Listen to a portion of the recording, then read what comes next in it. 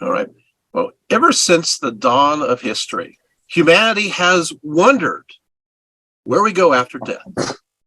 But for many, the belief was those who died were obviously those who were first to know, and that those of the dead who happened to be one's own family members would in some way retain aspects of that same relationship, the same kinship values, and the same loyalties with those of the same blood as they did in life. Because of this conviction, these ancestors were believed to stand in positions to act as intercessors between the world of the living and the world of the dead. They are able to hear special requests and possibly even to answer them from their now heightened positions on the other side. But they also had to be honored for who they were, and in some cases kept alive and strong in this realm of the dead with all kinds of offerings. So today we're going to be talking about ancestor worship, or we could use the word, the phrase ancestor veneration. It kind of goes both ways, right? So some people go, "Ooh, ancestor worship. What is that about?" So what does that mean? What's the definition? So we got to start off with definitions, because otherwise we're going to get lost. There's so many places we could go. Okay, so according to Matsumoto, he says ancestors are the dead members of society who are remembered and venerated as the source of entitlement and or identity by their descendants, periodically or intermittently, through active lines of communication, usually in the form of rituals and sacralization of places. So that's the official definition. Not too exciting, but got to start somewhere. Because of this, ancestorhood is rather a sort of status to be gained from a transformative process of making the ancestors of the dead appropriate through various protocols to the living. So it's not, I mean, even though you have this idea that all those who pass on, they're all ancestors. Yes, that's true, but in most societies, there's a qualification, right? It's certain ancestors. It's certain lines. It's those who seem to deserve a special status, okay? And then, of course, there happens to be those who are the other, and the other, we'll talk about the other in a little bit. Sometimes they're called hungry ghosts in some societies. They're called all different kinds of names. We'll go there, don't worry, soon. Okay, so moving right along, right? Now, from what we can find from the material evidence, ancestor worship appears to be one of the earliest forms of religion, linked very closely to ancient animism, where ancient human beings began to speculate what happened to their family members after they crossed on, believing since they were related to them by blood and kinship affiliations, that whatever transpired on the other side of all the spirits, they could be closer to them. And so what is the earliest evidence, however? The earliest evidence of ancestor veneration happens to be, well, I like this example. It's those known as the Natufians. The Natufians. Now, I love talking about Natufians. Natufians are these really ancient peoples that occupied much of the ancient Middle East, going back to 13,000 BCE all the way to 8,000 BCE. They're known for the city of Jericho, for example, one of the earliest cities that we know of. And they have a very interesting way of veneration. So what I'm going to do is I'm going to give you the evidence for it, and then you can see for yourself that it connects to ancestor veneration. So you go to a Natufian town, for example, Jericho, and you realize that what they would do is that the huts are circular to a certain extent around. And what they would do is when you walk in to the front entryway, in the middle of that particular hut, there was a small little platform, a little podium that's painted with red ochre paint. And on that red ochre painted podium, there was a skull. That skull, what they did is they removed the jaw so it would face forward directly towards or out towards the entrance exit of the particular hut or the building. And so that means that the first thing that you would see when entering into this home was a image of a skull looking at you. What they did with the skull is they painted it over, they plastered it over, they put seashells in for the eyes, yeah, so it looked like it was living again, so to speak.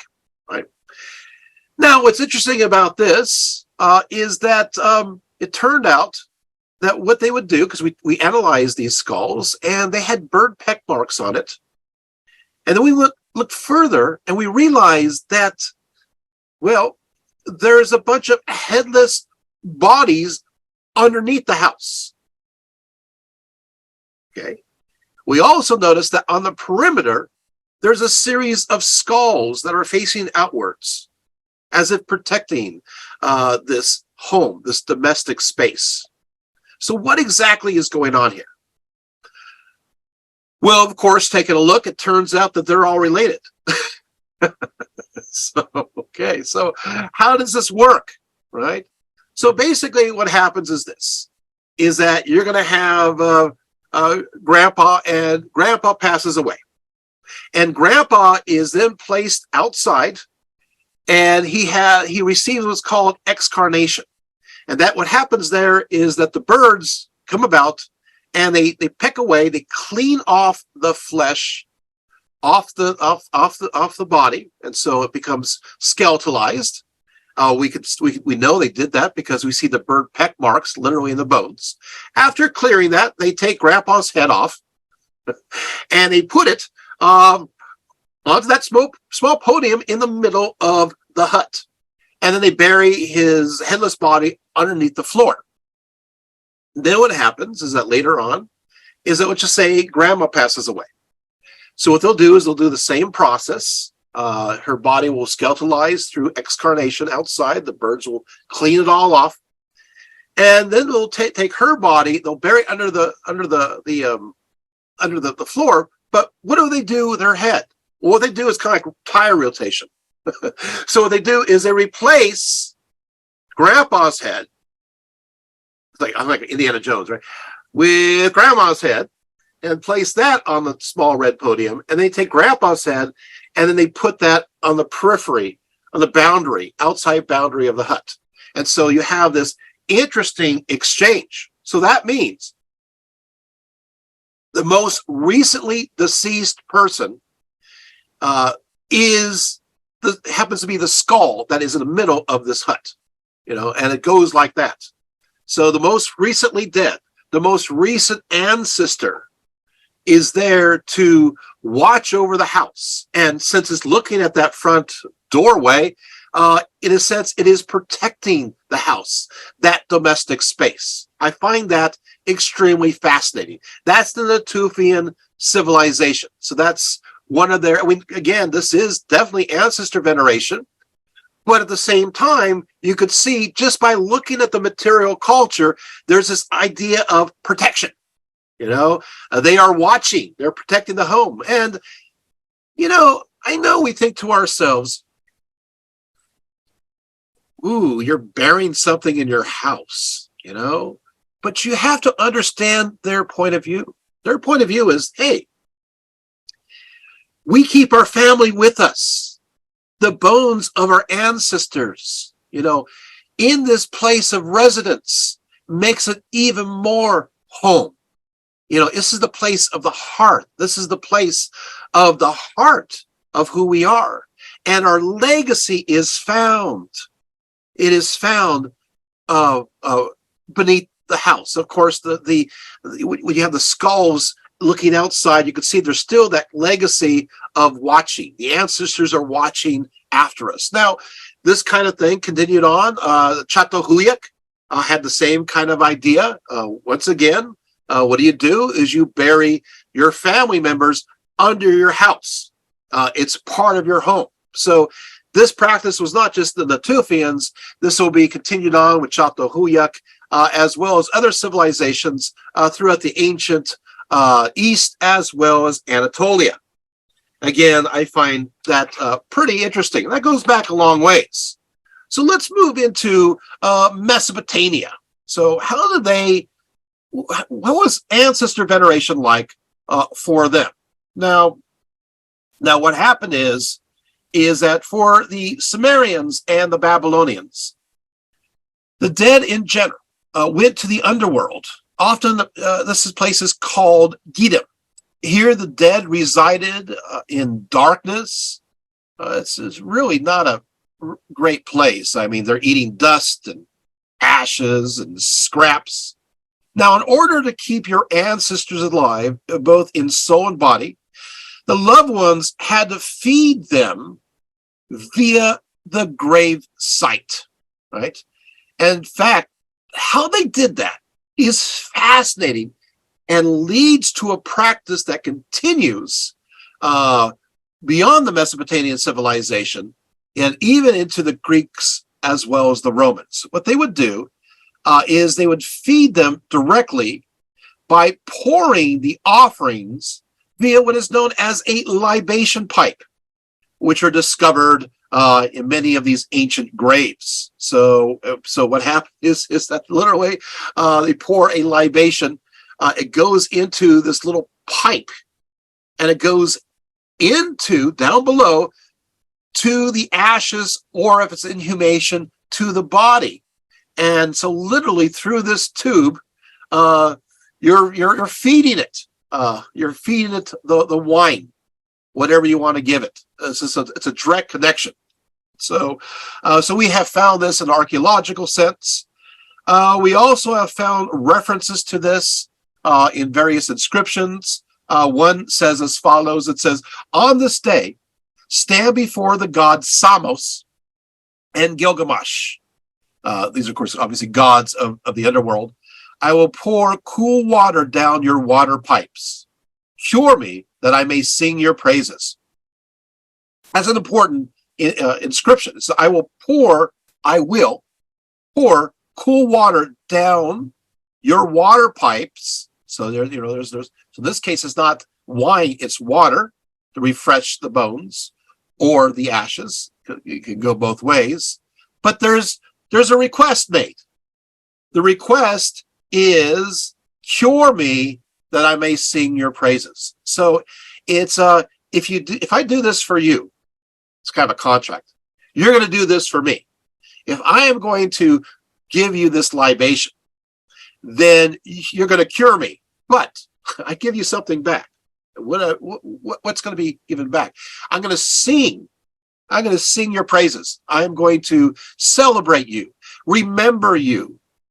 You get a ceremony. You get a ritual. You get recognition. You get remembrance. That's what the ancestors want. And so right away, you see this contract. Well, of course, by the way, Samos, this is known also by the Sumerians as Utu. This is the god of the sun, with his light causing the crops to grow.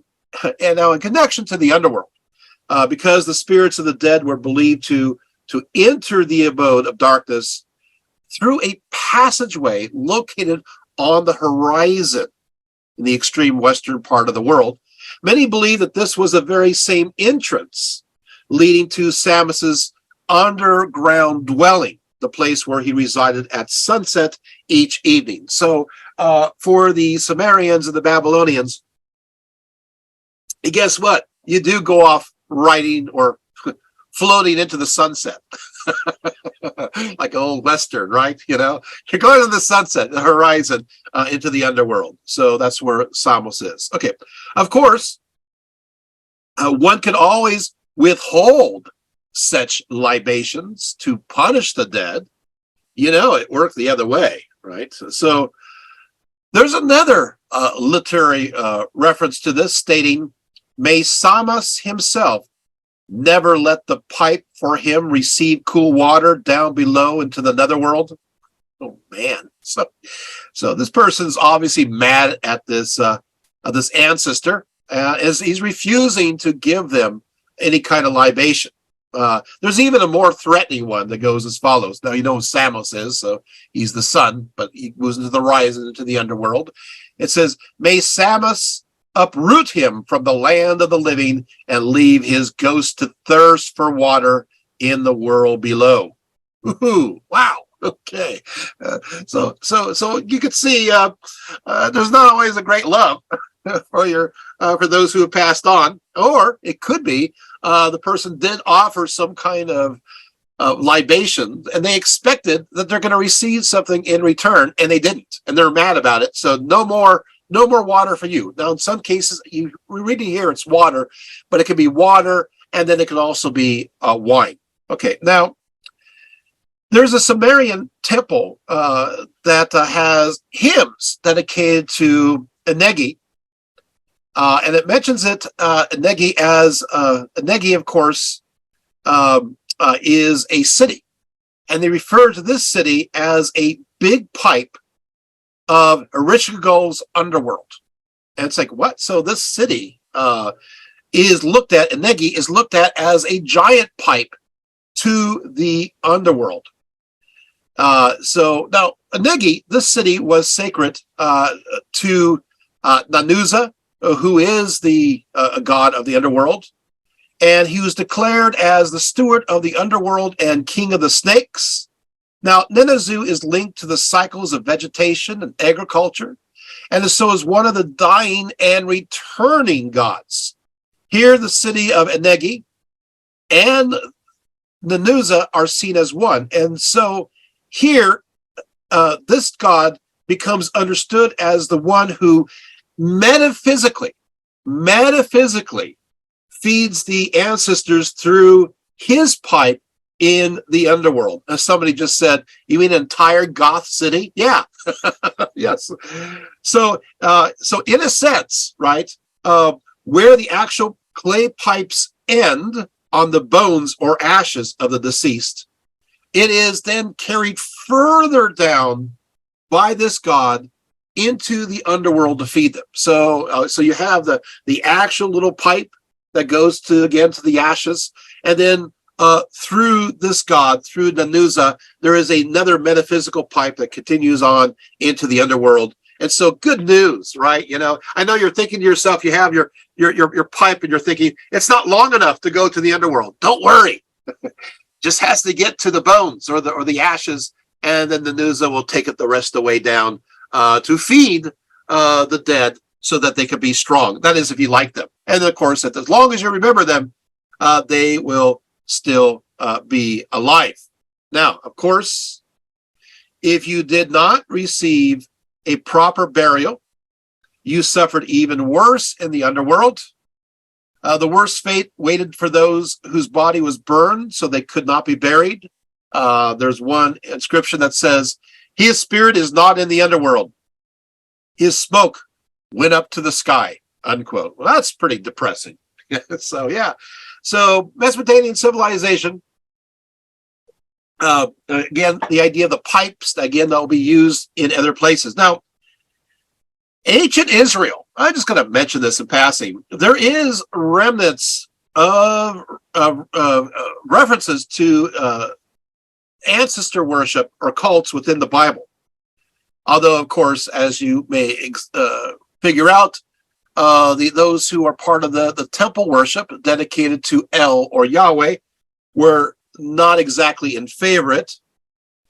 But what happened is, in fact, and that is because the God of Israel and the ancestor cults had the main objective of enforcing the idea of continued family lines, right? And so for the ancestor cult, in order to be remembered and strengthened from rituals made by the descendants to keep them alive in the underworld, for them, this created a cohesion with family. It could keep a cohesion with kin, with relations. But guess what?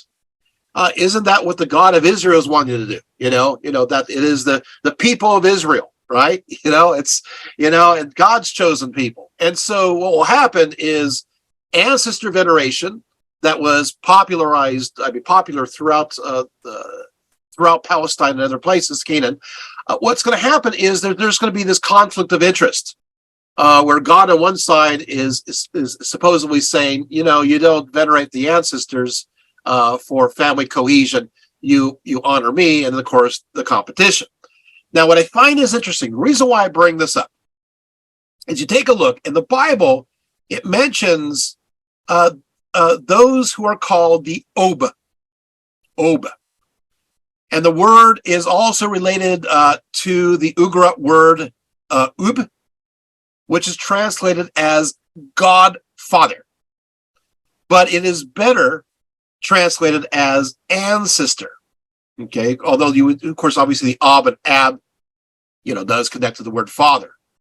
So it turns out that if you look at the Bible, when it refers to necromancy, it's really referring to this ancestral cult that is being prohibited. So the idea is necromancy is bringing back the dead to life, but in the context of understanding the language, it really refers to the idea that there's a prohibition against ancestor veneration, where various rituals are conducted to bring the ancestors back to life for advice and for deals and for contracts. Isn't that fascinating? But it doesn't get into any translations. It gets in. It's just in the Hebrew. There you have it. So it's kind of fun. The Egyptians. For the Egyptians, they love their culture. They love their religion. They love their daily lives. In fact, they loved their lives so much that they wanted it to just not stop. They wanted the story never to end, to actually continue. So tombs became housing for those in the hereafter. And so they were carefully constructed and decorated, just as homes for the living were. As many of you know, mummification was a way to preserve the corpse so that the ka, which is with the soul of the deceased, could return to receive offerings of the things that she or he enjoyed while alive.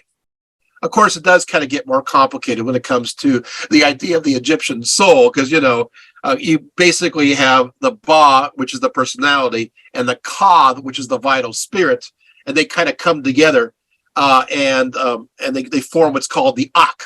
But we'll go there in a few moments. So what happens is this: if mummification was not affordable, if you can't afford it, a Ka statue was created in the likeness of the deceased. It was carved especially for this purpose. Now, again, as I mentioned, if you put the Ba and the Ka together, you collectively have what's called the Ak, or if you want to say Aku, you can. These, of course, Aku, which basically, this is the plural, it means the shining ones. So the Ak or the Aku, these are the shining ones. Those are the ancestors. They were described as shining as gold in the belly of Nut, and were indeed depicted as golden stars on the roofs of many tombs and temples. Isn't that beautiful? So Nut, of course, obviously the goddess of the sky, overarching there. And I'm thinking to myself, wow, you wish upon a star, right? So the conceptual idea of the stars as being souls. Now, here we go. The process by which a Ka meets together with a Ba, it becomes becoming an Ak, is not automatic upon death. It involves a 70-day journey through the underworld, through duet. So there is this little process there of change. So what happens there is as follows. basically, after the 70 days, you go to a judgment before Osiris. I should have brought my Osiris image, Lord of the Dead, where the Ka's heart would be weighed on a scale against the feather of Mot, representing truth. However, if the Ka was not properly prepared, this journey could be full of dangerous pitfalls and strange demons. And so, you got to figure out how to navigate, how to be guided through the underworld. And there are texts that were prepared for this. Now, if the heart wasn't balanced with the feather of Mot, the Ka passed judgment and was granted access to the beautiful West as an Ak, who was also the Maharu, which is a true voice to dwell amongst the gods and the other Aku. At this point only, the Ka was deemed worthy to be venerated by the living through rites and offerings. So you're going to have to go through a 70-day process before you get to the point where you can venerate them. It has to get through the underworld. It has to go through all these challenges. It has to get to the weighing of the heart ceremony before Osiris. Only then will the ancestor veneration begin. I want to bring that up because there's lots of similarities with that with other world religions, right? Of wandering in the underworld, and then, of course, going to a special place. Okay, now, those who became lost in duet or to deliberately try to avoid judgment became the unfortunate. They became the dangerous. They became the Matu. They became the other, the restless dead. Now, for a few whose evil hearts outweighed the feather, the goddess Amit waited patiently behind Osiris's judgment to consume them. So you get omitted, or maybe omitted, right, by Amit, if you are considered bad or evil. If you are, as opposed to being lighthearted, you are heavy-hearted. Your heart is not light as a feather. And so, Amit, it looks like kind of a hippopotamus mixed with a crocodile and a lion. It's pretty ferocious, right? So, yeah. You are, in a sense, interestingly enough, unmade. There's this idea of the eternal void, unmade. Now, of course, what happens if you're not venerated, but you're not evil? What happens then? Well, if you're forgotten, then you become restless, dead, and you kind of float around. You're almost like a hungry ghost in many ways. So it's important to always remember your loved ones, to always perform prayers and give offerings at the person's tomb. And so we have some tomb inscriptions that are fascinating. Some of these tomb inscriptions actually invite passerbyers to speak aloud their names of the deceased. So what happens is you're passing by a tomb and you take a look and it says their name, and you're supposed to say that name. And by saying that name, it empowers that spirit to continue on. It's just a nice thing to do, right? So, by the way, because it gets more complicated, you see, and amongst the Egyptians, of course, you have the Ka, which is the vital spirit, and you have the Ba, which is the personality, and the Ba and Ka come together and become the Ak. The Ba, by the way, kind of connects the body with the spirit, going back and forth. But anyway, but you also have the Shut, which is the shadow oneself, but you also have the Ren, which is the name. And then your name, your special name, is important. It's sacred. And so what they will do, even in life, you have to protect that name in life. And so if it's written down on an inscription, you have a cartouche around it, which is a sacred boundary that protects the name from any kind of evil. Because what will happen is if somebody gets your name, they could be using it for all kinds of terrible things or oppress you. So always protect your name. But in death, when death comes about you, the idea is polite. If you want to keep their memory alive, to keep them alive, to go around and say their names. In fact, as I said before, inscriptions are please say my name. I kind of thought about this just a little bit. And I thought to myself, I don't want to call the wrong names, but if I'm walking through a cemetery, it's almost tempting if you to look at some of the tombs, and if you feel like that person maybe is a good person, I don't know, maybe go ahead and say your name, right?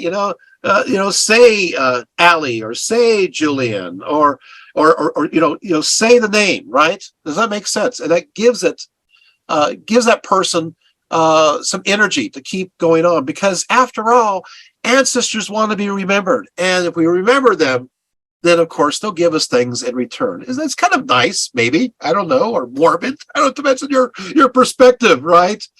But there you have it. And also, if you go by a tomb, you offer water and prayers, right? Now, in the private homes of the less wealthy, niches were carved into the walls for the purpose of housing the images of the family aku, and to serve as altars of veneration. So you have representations of that. So you can see this idea of an ancestor altar that is in a large portion of cultures. Egypt is just one of so many. All right, so let's move on to the Indo-Europeans. Those who are migrating from the Caucasus across Europe. So they also have an ancestral veneration that crosses over. That will, of course, obviously, Indo-Europeans will become the Greeks, and then the Romans, and anybody who's Latin, anybody who is Germanic, anybody who's Slavic. I mean, Celts, right? They're all Indo-Europeans. And so what happens is that they have an ancestor veneration that is based upon, again, family identity. But what I find is interesting here is that family is not just mom and dad, brother, sister, the dog, the cat, maybe. I don't know. It also includes beyond those of blood. It includes servants. It includes slaves. It includes bondsmen. It includes retainers, as well as freemen who voluntarily place themselves in the service and protection of the family. So it's a larger idea of those, right? And so what will happen here is the family had a hierarchical structure. Unlike the egalitarian societies that they supplanted, the Indo-Europeans were patriarchal. And so you had the head of the family, who the Romans will understand as the pater familias, and he is in charge of the political, economic, and social aspects of the family. He was the dictator, so to speak, right?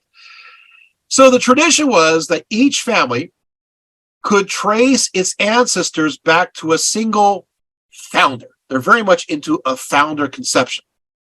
The bones of the founder were said to be buried beneath the family hearth.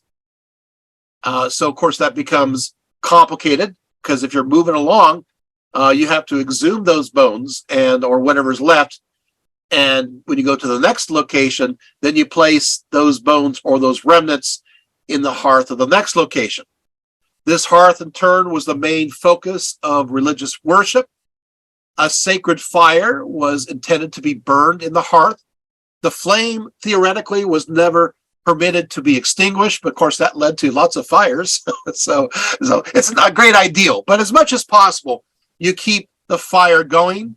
What I find is interesting is that there's evidence that while the paterfamilias, or the I'm using the Latin, but it goes back to the Indo-European, the father, or I should say, not really the father, it's the oldest male relative of that family. But when it comes to tending the hearth, that oftentimes went to the mater familias. It often went to the head lady of the home. So she is the one who tended the hearth. I find that interesting, right? Now, when it comes to celebrating the memories of your ancestors at the hearth where the founders' remnants are placed, How do you do that beyond prayers? And well, you do that through a communal meal, which is attended by all the family. So now you have this idea of this family meal in dedication to the dead of the ancestors. And that runs right through the Indo-European system.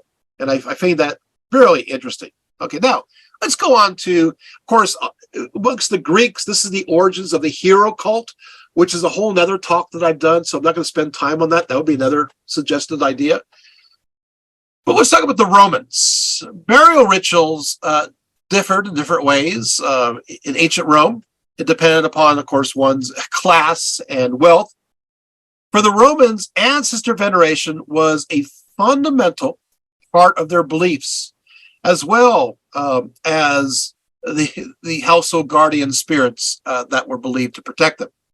Each home typically had some kind of household shrine that was called a lares. Lares being the guardian ancestors of the home. Again, I find this interesting because in belief systems all around the world, go moving into sub-Saharan Africa or India or East Asia, wherever it may be, there always seems to be an altar dedicated to the ancestors in the home. Anyway, the word lares itself derives from an Etruscan word, lar, or larth, meaning lord, since they were believed to oversee various locations and protect them, whether it be the home or a road or river, a mountain, a territory in general. I mean, you had even layers, at street corners. That layer is taking care of both these streets. So you want to make sure you venerate them, or you're going to trip and fall. your ox cart's going to run over you. So okay, sometimes Romans referred to the deceased heroes as lars as well as good spirits, and they would sometimes use the word for these good spirits, daemon, not to be confused with demon, although that's a whole other talk too. So the Roman playwright Plautus specifically mentioned a lar familiaris as a guardian spirit who protected the family's treasures. So family's treasures were also watched after. Anyway, but the lares is inclusive of the ancestors. Now, in humble households, small lar statuettes were often positioned upon a tile projecting from a wall niche. In most homes, at least one of the lares from its sacred enclosure was brought to observe family meals so as to secure the health of those eating the food. So what will happen is you want to make sure you have a good meal. You take one of the guardian spirits or an ancestor, preferably one who's a good cook, right, in the past, and you take that and you put that as you cook in the kitchen, and then, of course, in your triclinium.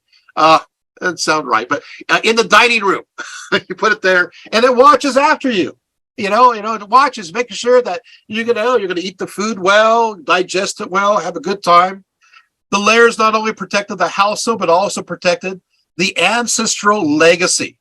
Yes, they protected the spirit of the ancestors. As for those who are wealthier, each prominent family home possessed a more elaborate place set aside for venerating the lares.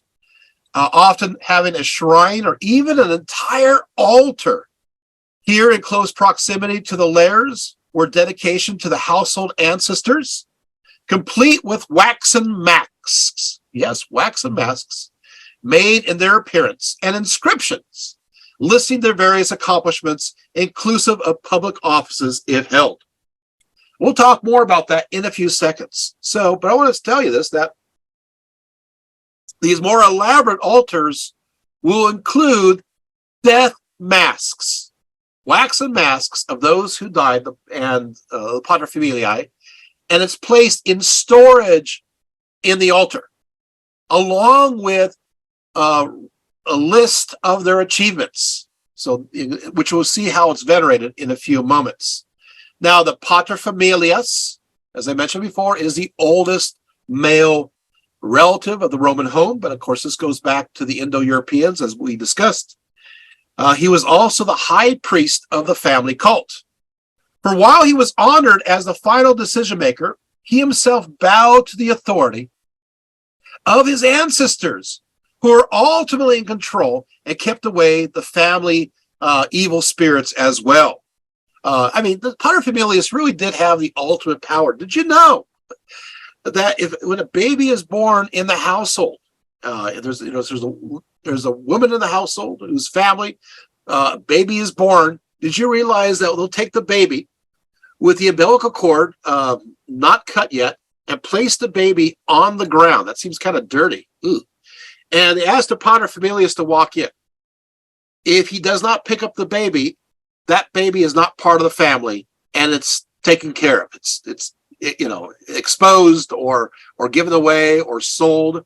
So paterfamilias really had the power of life and death. Did you guys know that as long as the paterfamilias is alive, because he's the oldest male, everything really theoretically he owns. So you think if you're a son, you think you have your own land, but many of paterfamiliae get themselves in trouble with debt, maybe gambling debts, and they sell off their son's property, and they can do so. That's probably why patricide was looked down so much in ancient Rome. So they have this power. Where did they get this power from? Well, of course, it does come from the ancestors. Where it comes from is the paterfamilias received from his family line, which is called his genius. So when the oldest, so basically, this is the spirit of inspirational wisdom. This is the spirit of guidance. This is the spirit of procreative potency. And it fell upon each subsequent male head of the household, generation upon generation. And so what happens is when the oldest male relative dies, that genius, that spirit, then moves from him and enters into the next oldest male relative. And it goes from relative to relative. It's all relative to me, right? And for the Romans, it certainly was, right? Okay, so they depicted this genius as in artwork as a man in a toga with a covered head or in the form of a snake, and this will appear on the altar. Okay, so that means that also at the ancestral altar dedicated to the lairs, the spirits, you also have those, they're actually worshiping the spirit of the paterfamilias as well, and of paterfamilia in general. Wow. Okay, so what happens now, right? So the recording of the life of each successive ancestor occurred at the funerals. So what happened is special speeches, full praise were written and delivered for the deceased on these occasions. And then what they would do is they preserved them and deposited them in the household ancestral shrine. Also, during these funerals, this is where it gets really cool. Wait this, right? The ancestral masks were brought out, and they were worn by actors, and they can't afford it, worn by various members of the family at the funeral. In fact, what they will do is they'll have a procession. And of course, in that procession, you'll have those wearing the masks of the ancestors going all the way back. So as they're going to the place of burial, to the funeral pyre, I should say, you're going to see the ancestors, in a sense, parading before you, holding torches, and you'll see exactly what they look like because they are waxen masks of their faces. Isn't that great? Literally marching down. And at these funerals, sometimes they will read even the earlier stories of the ancestors that were preserved in the same cabinet. Wow, that's pretty amazing. And that obviously Romans had a very deep-seated idea of history, especially family history, and deeply enveloped within their ancestral veneration. Now, certain days were designed to honor the graves of the deceased. Initially, what occurred is what's called the 9 days of sorrow, which were observed after the person's death. If the body was cremated, the flames were doused with water or wine, and so the ashes needed to dry. You got to dry those ashes. So during this time, when the bodies the ashes are drying. There's a time of observance. Okay, so what will happen is there will be a sacrifice to the deceased and various sacrifices over this period of time of mourning. After the 9 days of ritual mourning is concluded, if the person happened to be a spouse of the deceased or a direct family member, such as a son or daughter, they were to remain mourning for the next 10 months. That's a long time. So you're thinking, okay, so we're done with them, right? No, because there's another ritual done for those who are deceased. You got to celebrate their birthday, of course, after they have parted. The dies natalis, right, was always revered, and so what happened is that during that period of time, you go out to the tomb and celebrate their birthday. That's kind of nice, right? So you got to remember that.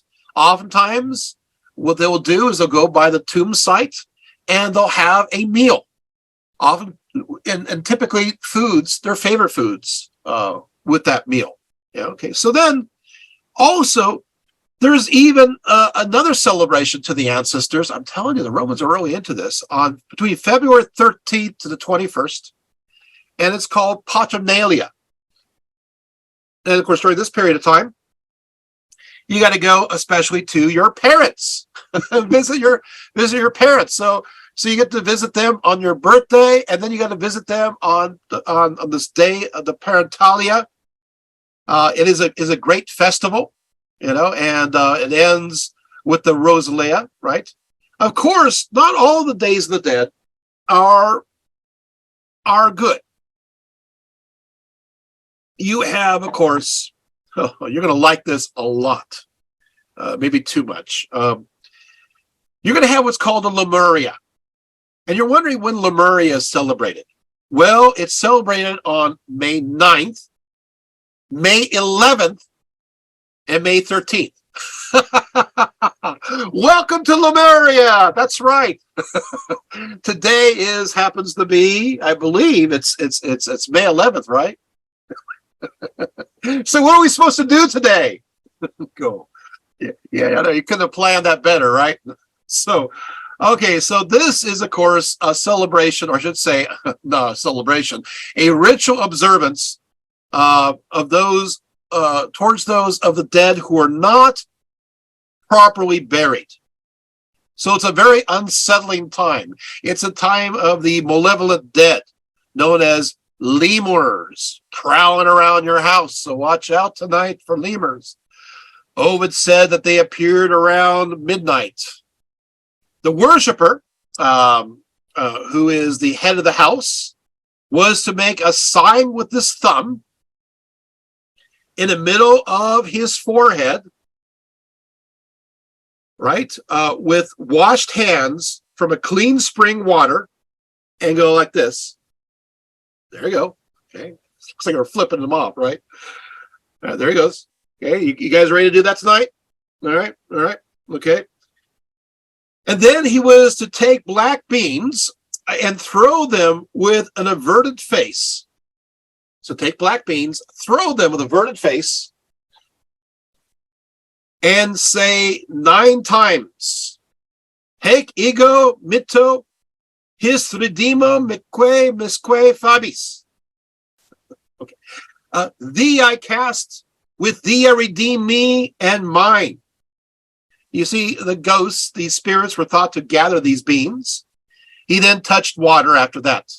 Next, the entire household got together, and they clashed bronze pots together and declared, "Ghosts of my fathers and ancestors be gone." So I guess tonight you got to go over to your kitchen, and if you have any bronze right there, and get the family, get the kids too, banging away as loud as possible, and tell them to go away. What do you guys think about that? Of all days we're celebrating, right? Okay, well, these sacred meals were called, for those who are living, right? Whether it be the Paternalia, whether it be for their birthdays, whether it be for these occasions, they're called a refrigeria.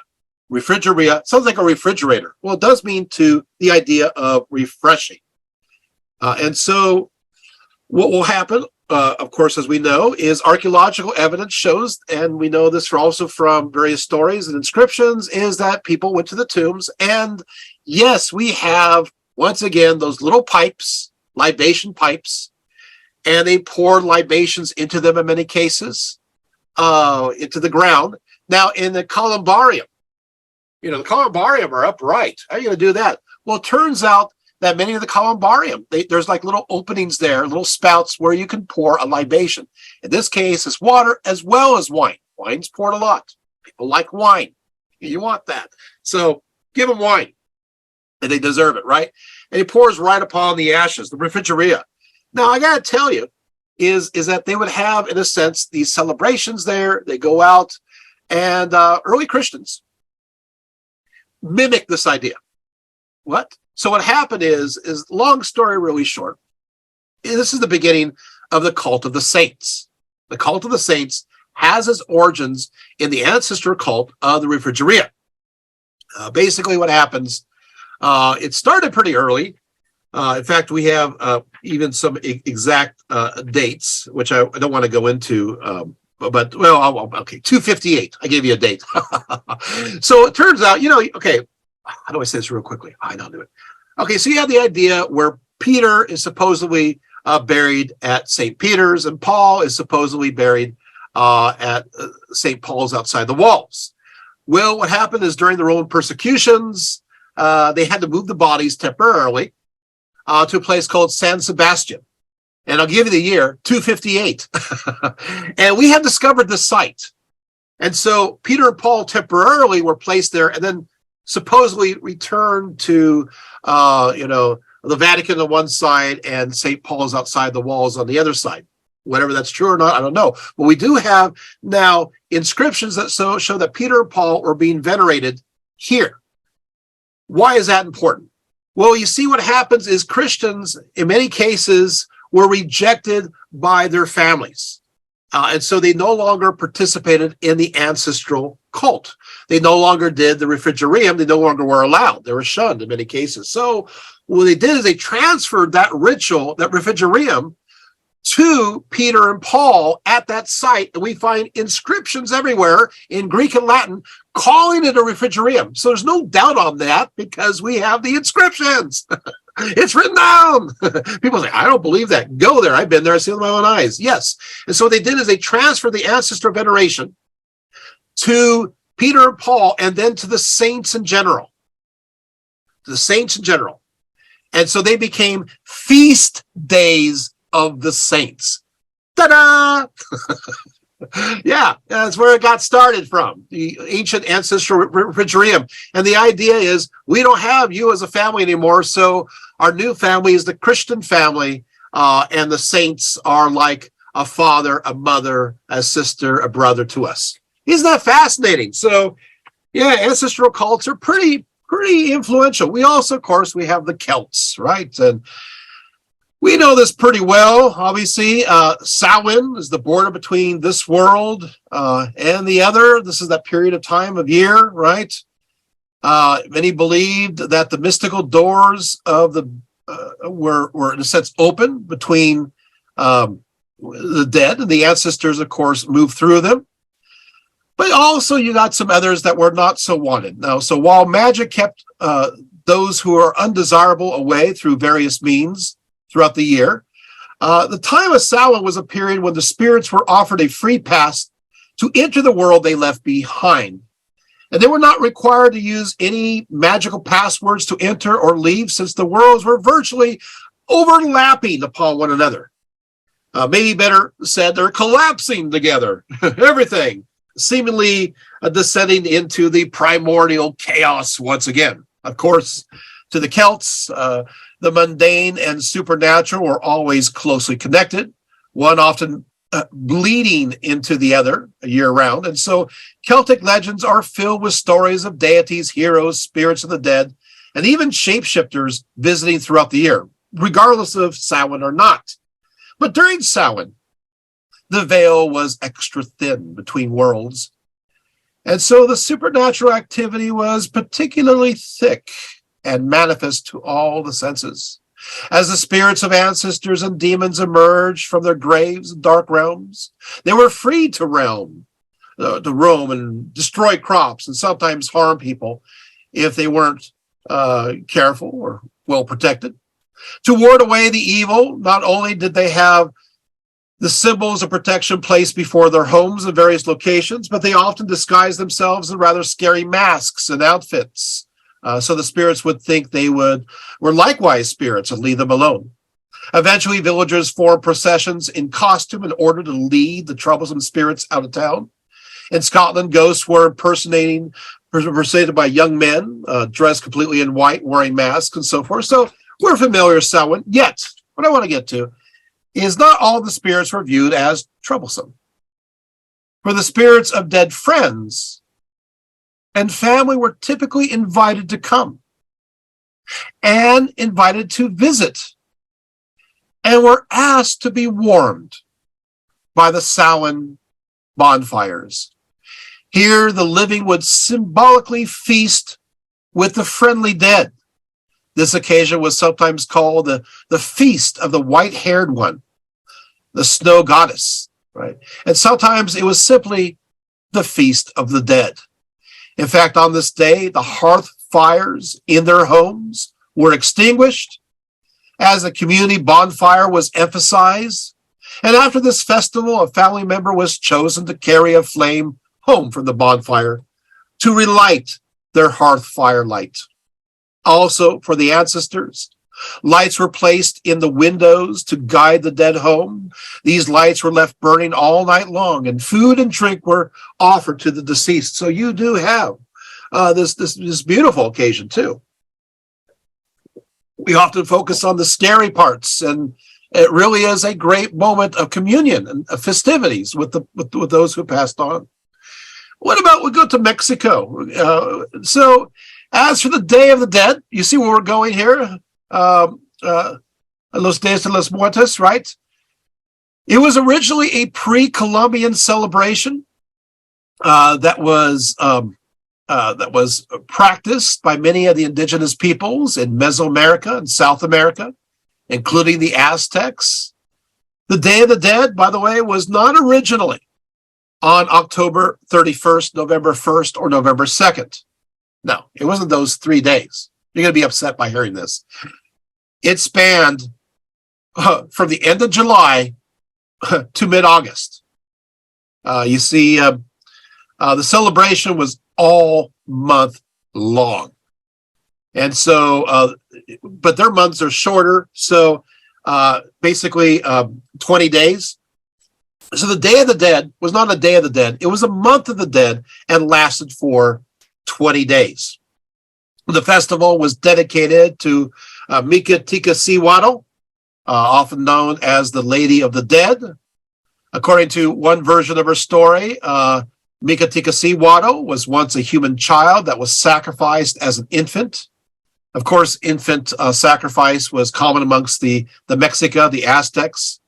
One of the most central days dedicated to Tlaloc, the fierce god of the rain, which involved the sacrifice of children of some kind.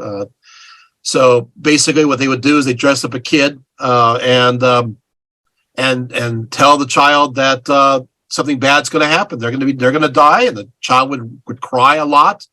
And they would think that was sympathetic magic. The more the kid cried, the more they will have rain coming up. But they did sacrifice the child later on. Anyway, so Micatecasihuatl is one of those sacrificed children. She was depicted as a skeleton with her jaw open wide so that she could swallow the stars during the daylight hours.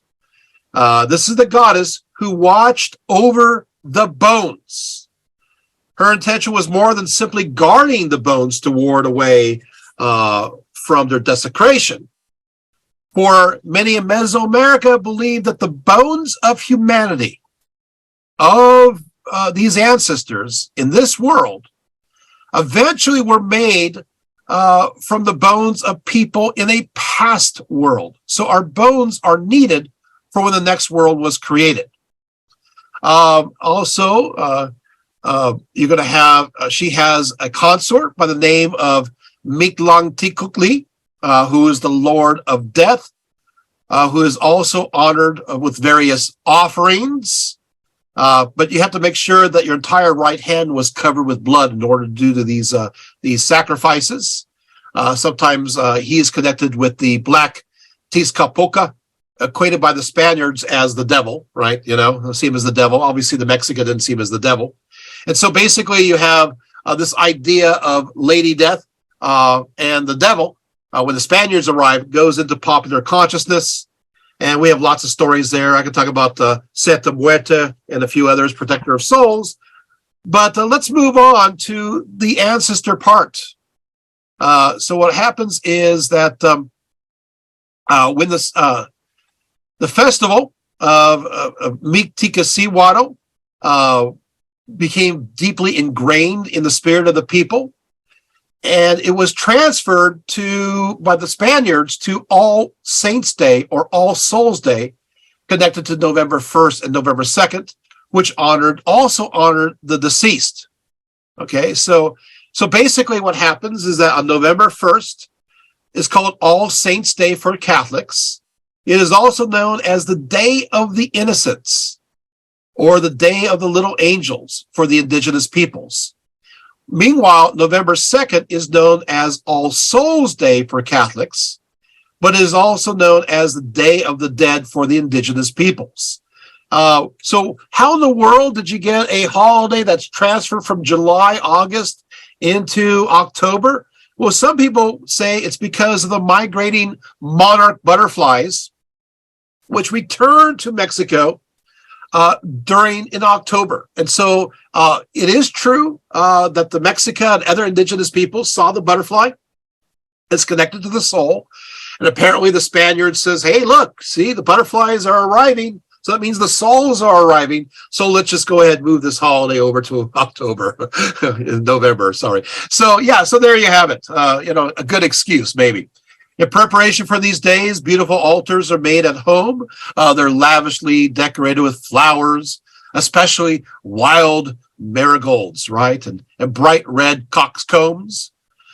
The offerings are a cornucopia of food, including stacks of tortillas. Now I'm getting hungry. Fruits of all kinds, peanuts and other nuts. Day of the Dead breads also. Drinks are also placed generously on the altars, including hot cocoa and soda and water.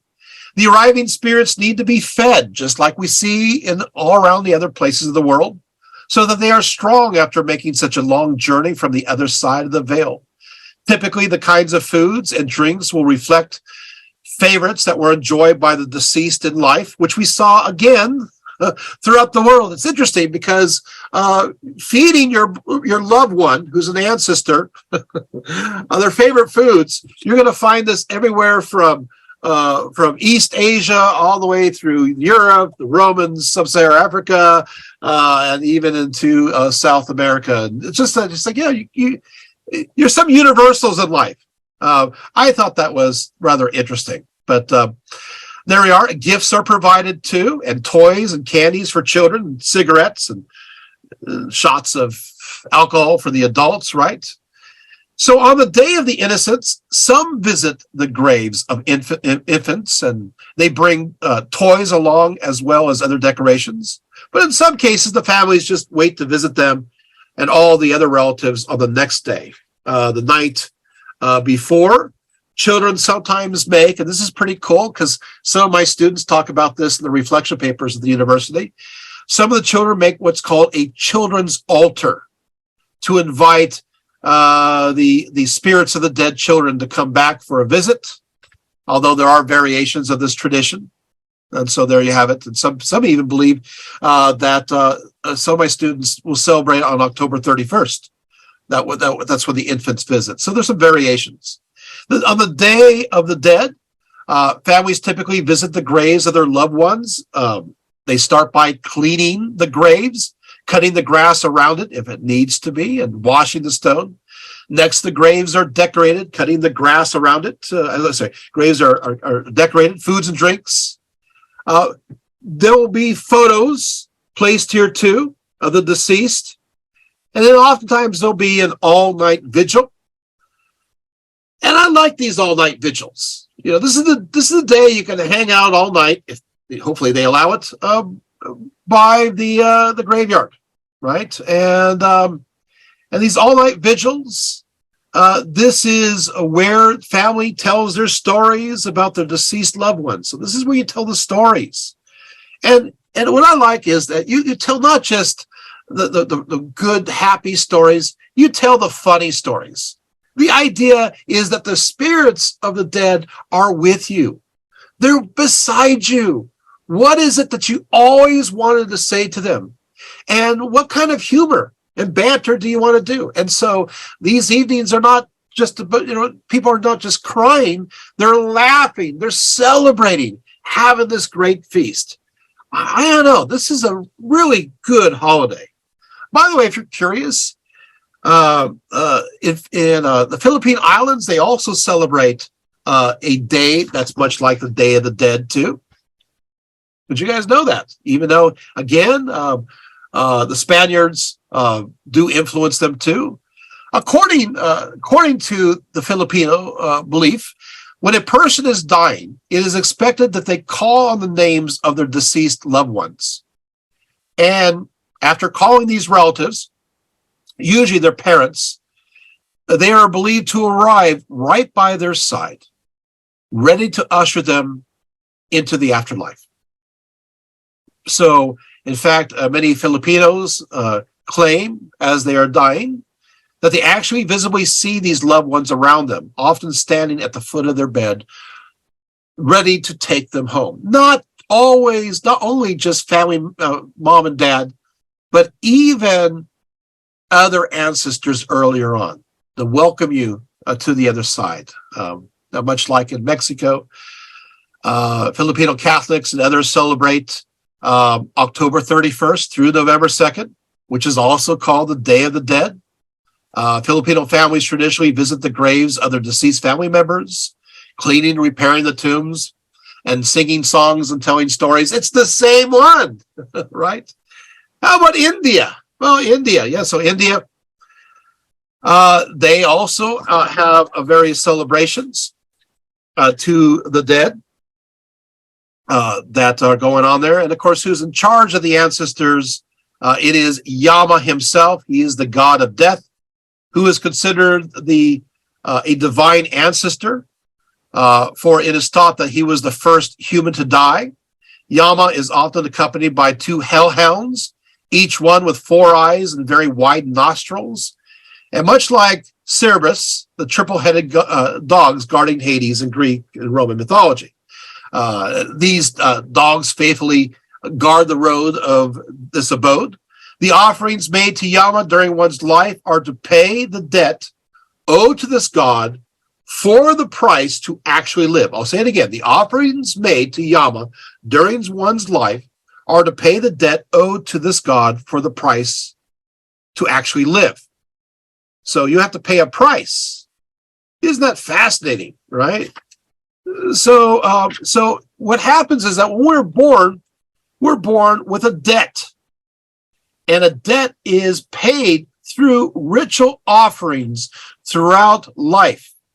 And then it goes into a metaphysical storehouse of sorts, being saved up until one's life is all paid for. And so if this debt is paid, one goes into the realm of heaven. So you got to make sure you pay your debts. Now, unfortunately, it's a patriarchal system. If one has a son, this life debt is automatically repealed. For it is believed that the son who is in charge of rituals after the father dies will then continue these sacrifices to Yama, and so theoretically will pay up his father's debt. But you have that. There's other ideas too. There's also the triple debt. One has to pay in life for the gift of just living. So there are 3 debts, but we won't go into that. Of course, now I'm wanting to say it.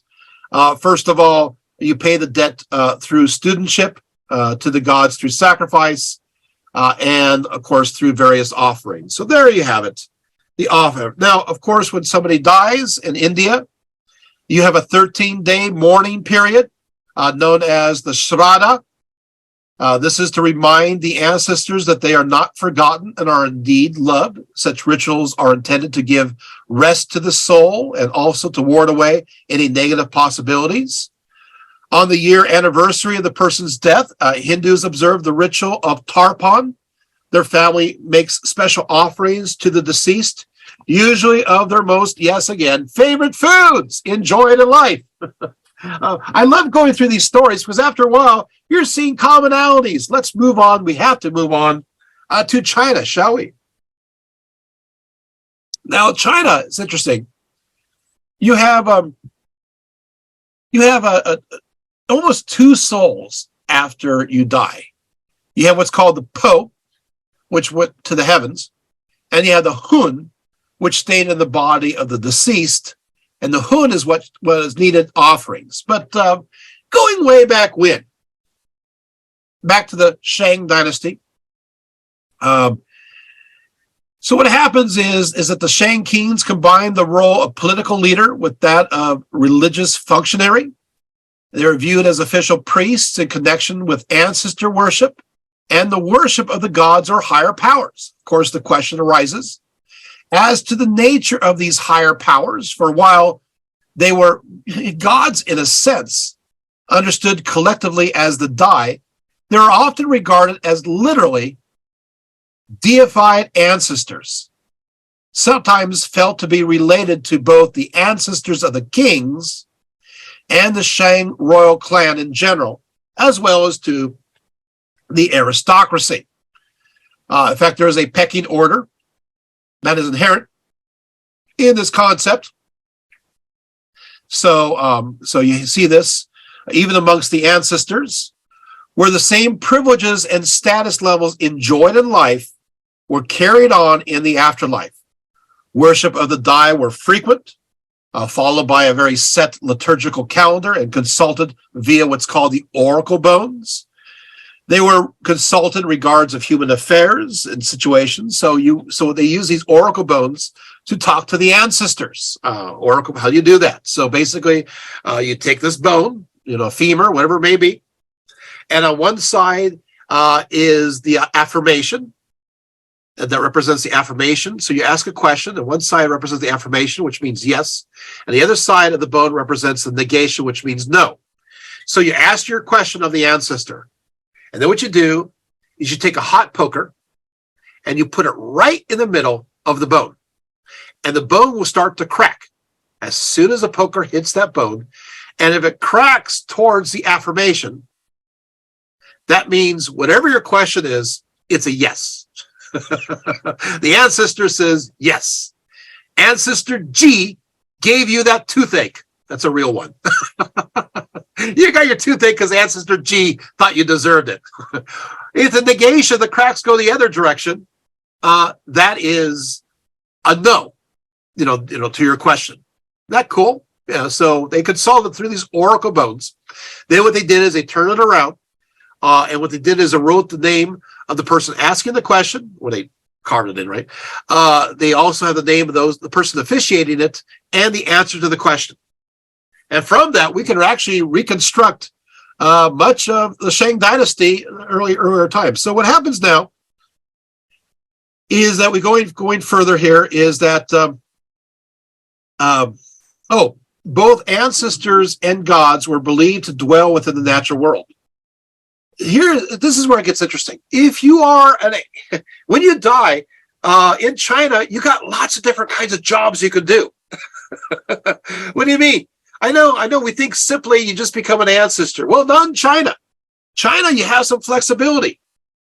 So, yeah, potentially you could end up an ancestor, but you can also end up, get this, as an elemental.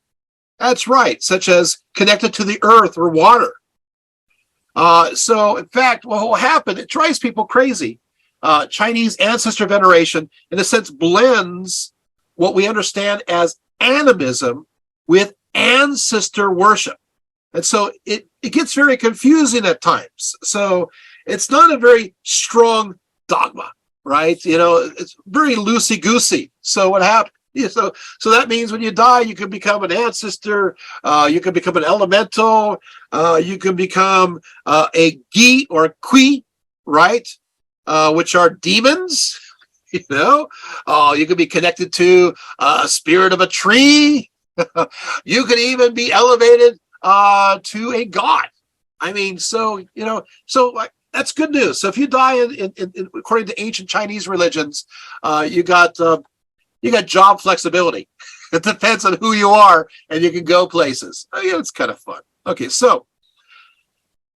but then again, there's some darker aspects because what happens is that to talk to the ancestors, sometimes you had to be made an ancestor to talk to them. And so during the Shang dynasty to the Zhao period of time, it's like, we're not getting enough rain. So congratulations, today you get to become an ancestor. What do you mean? And they drown you in the river. And you go and you tell all the other ancestors and the spirits, hey, we need more rain. Oh boy, or if it rains too much, it's like, guess where you're going? It's like heading for that fire, congratulations, you're going to become an ancestor today. It's not exactly the most, wow, I get to become an ancestor. Exciting. Ancient Chinese religion was very shamanistic. Shamans were not only believed to speak with spirits and ancestors, but on many occasions were understood to be actually possessed by them and giving them special spiritual knowledge, able to answer many kinds of questions concerning fate and medicine. And of course, obviously the Gi or the Kui, these demons behind misfortune. But sometimes the malevolent forces were not a demon at all, but an angry ancestral god. So, your ancestors mad at you. So you got to placate them. We enter into the Zhao dynasty. You have more recordings of ancestor veneration. We see this, for example, in the Book of Rites during this period of time. It describes what happens, and I'll be reading from it, when someone dies. It says, as soon as death took place, the corpse was transferred to the couch and covered with a large sheet. The clothes in which the deceased had died were removed. A servant plugged the mouth open with the spoon of a horn, and to keep the feet from contracting, an easy stool was employed. These observances were the same for a ruler, a great official, and an ordinary officer. At that point, you had a ceremony, a special ceremony. And there was those who are, vessels, you can call them vessels, known as the Shi, who allowed the ancestral spirit to enter the descendant impersonator, who would then eat and drink the special sacrificial offerings to them and give messages from a particular spirit that is called upon. So basically, you're gonna have somebody who says, I'm gonna be a vessel, and we're gonna have an ancestral meal. He opens himself up, and then that spirit enters into them, and they have a meal with that spirit who is embodying this individual.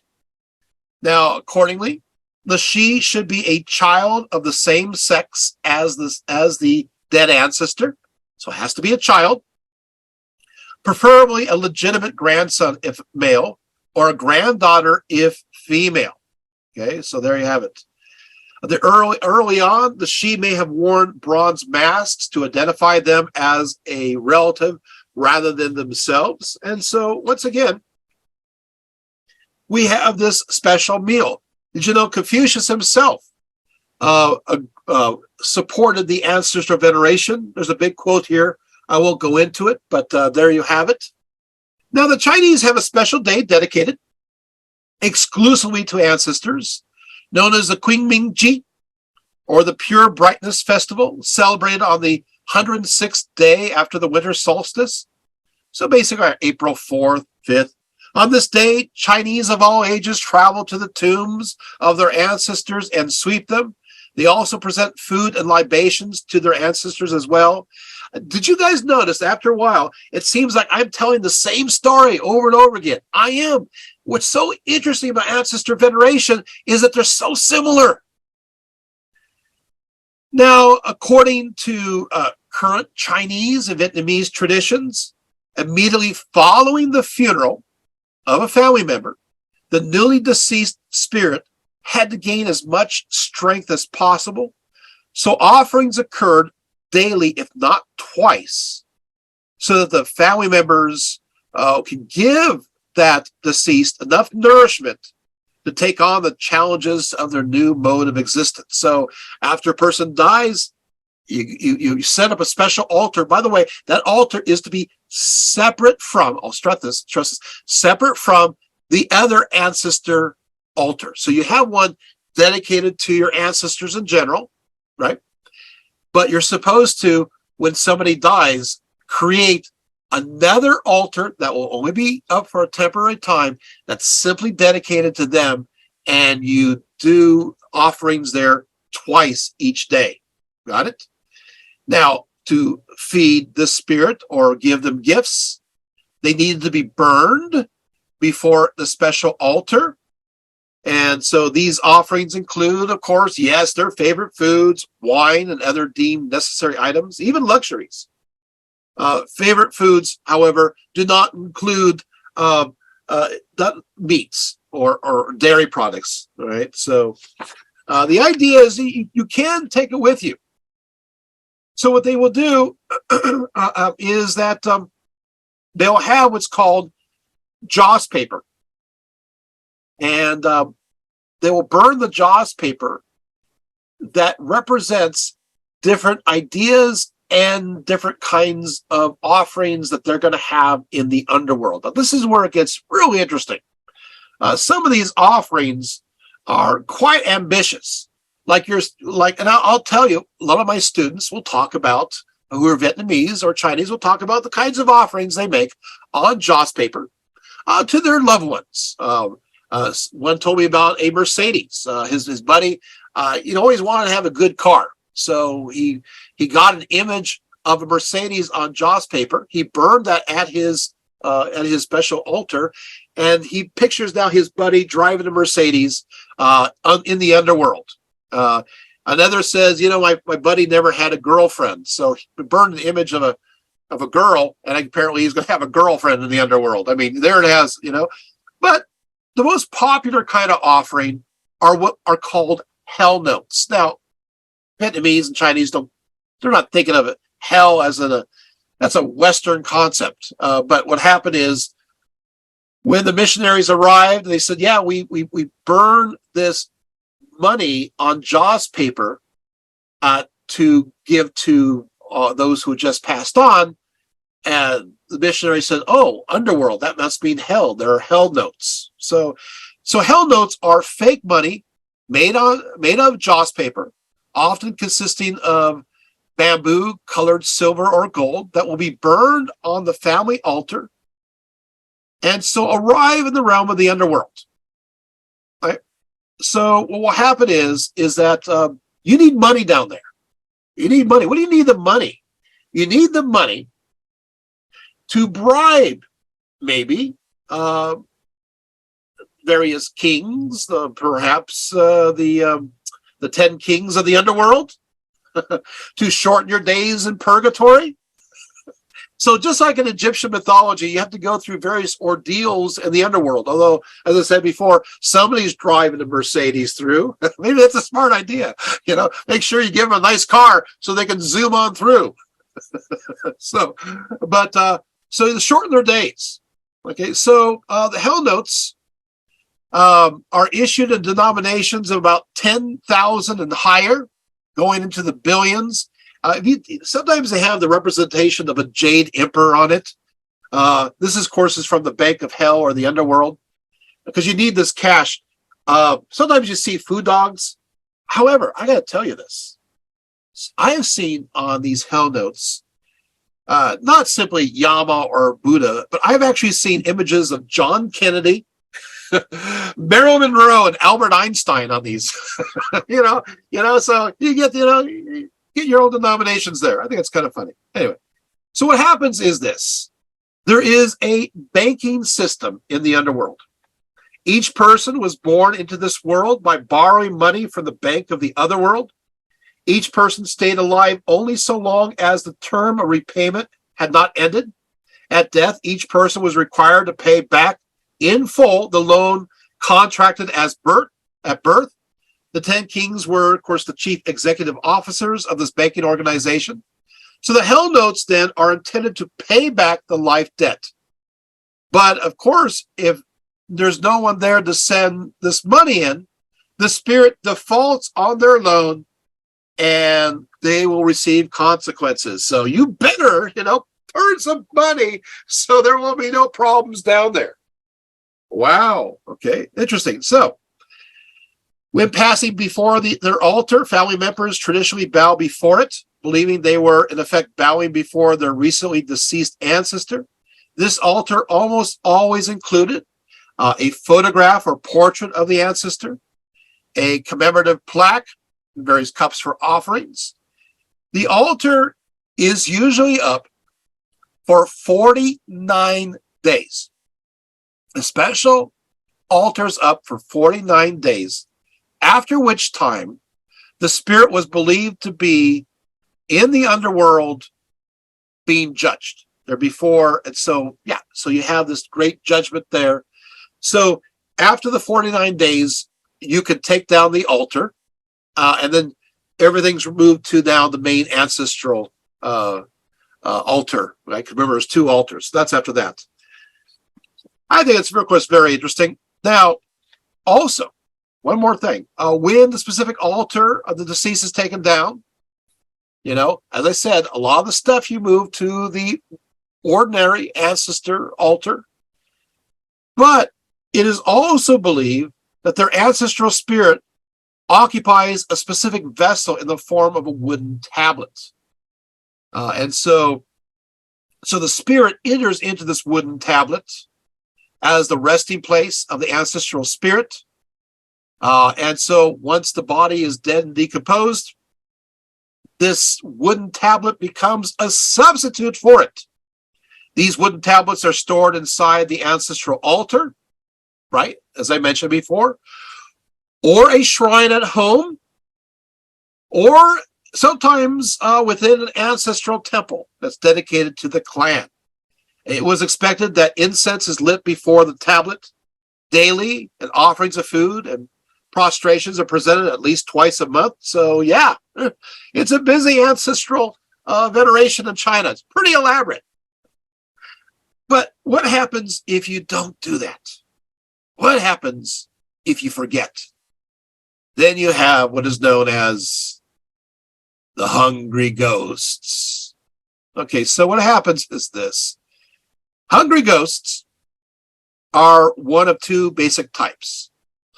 First, they are believed to be ghosts of ancestors that were forgotten by their loved ones, especially by initially forgetting to pay them tribute immediately after they died, or if they were given a ritual that was conducted in an improper manner. If you messed up, then congratulations, that's going to be a hungry ghost. The second kind of hungry ghosts are those who committed some acts in life that deserve a kind of punishment that extends into the afterlife. And so what happens is that these ghosts are said to have needle-thin necks as a result of not being fed by their family, and that every time that food is placed on their mouth, they not only cannot swallow the food, they can't even taste it because it turns to ash. They also have protruding bellies, not because they're full, but because their bellies are full of air. So they decide to have a celebration dedicated to the hungry ghosts. On this day, families gathered together to pay tribute to these homeless souls. For if they fail to do so, they may intrude upon their lives and bring some kind of misfortune. Rituals are expected to be practiced that will aid the suffering of these wandering souls. So there you have it. In fact, sometimes they'll create little homes for them to be in and do these offerings, and hopefully they can get themselves out of purgatory. I just want to talk a little bit about Vietnam, just quickly. I want to say that Vietnam has the same rituals, but what I find is interesting is the Vietnamese also, because in Chinese beliefs, it's supposed to be the male that always officiates. But in Vietnamese, it's both males as well as females can be part of or participants in the ancestral cult. So that's a little difference there. In Japan, let's go to Japan. Shintoism. Much like Chinese religions, these spirits occupy the natural world. It could be also the ancestors seeking to help or harm their descendants. There's also a little bit of flexibility there as well. Spirits are known as the kami, and it's quite flexible. And so you're going to have the same kind of flexibility that you saw in China. Now, but those are the kami that are directly related to ancestors. They're called the sorai. Yeah, but and these are those that are specific ancestors that are honored with memorial rituals dedicated to them at specific times after their death, which varies, of course, according to local traditions. And it can span anywhere from 33 to 50 years. Now, unlike Chinese ancestral veneration, Japanese ancestral veneration, when it comes to specific ancestors, actually has a time limit. You see, between 33 to 55 years after their deaths, it is believed that the ancestral spirit becomes less and less individualized. It becomes more and more a collective, blending gradually away into the kami. So there is a sense of absolute release and becoming one with the other spirits. So it's personalized at first, and you do these rituals and then become less and less as time goes on. Shintoism obviously will have the ancestor as well as the shrine dedicated to the various deities, the kami, located in the central room of each house in the form of a shelf or an altar. This is the same in India. It's the same in ancient Rome. It's the same in ancient Egypt. It's same everywhere. Everybody seems to have this ancestral shelf. It kind of sometimes looks like a miniature Shinto shrine, before which, of course, food is served every morning and evening. This household altar or shrine is called the kamidana, which literally means God shelf. Paper amulets or charms from the major shrines are placed around it. So you have that. Items are also placed upon this Shinto little shrine altar that's called a shinki. And so evergreen plants are there as well, in a tall vase called a sake tate. At the very center of the altar is a dish containing washed rice, known as okoma, with a wooden plinth called an ozon, used for making the offerings. Positioned at the front left is a pointed lidded jar, the mitsutama, containing water filled about just a little over half full. Still on the right side, just behind this pointed lidded jar, is another lidded bottle called a haiji, containing omiki, which is basically purified sake. On the front right is a plate for salt, oshia, and just behind it is another lidded jar containing purified sake. Why am I saying this?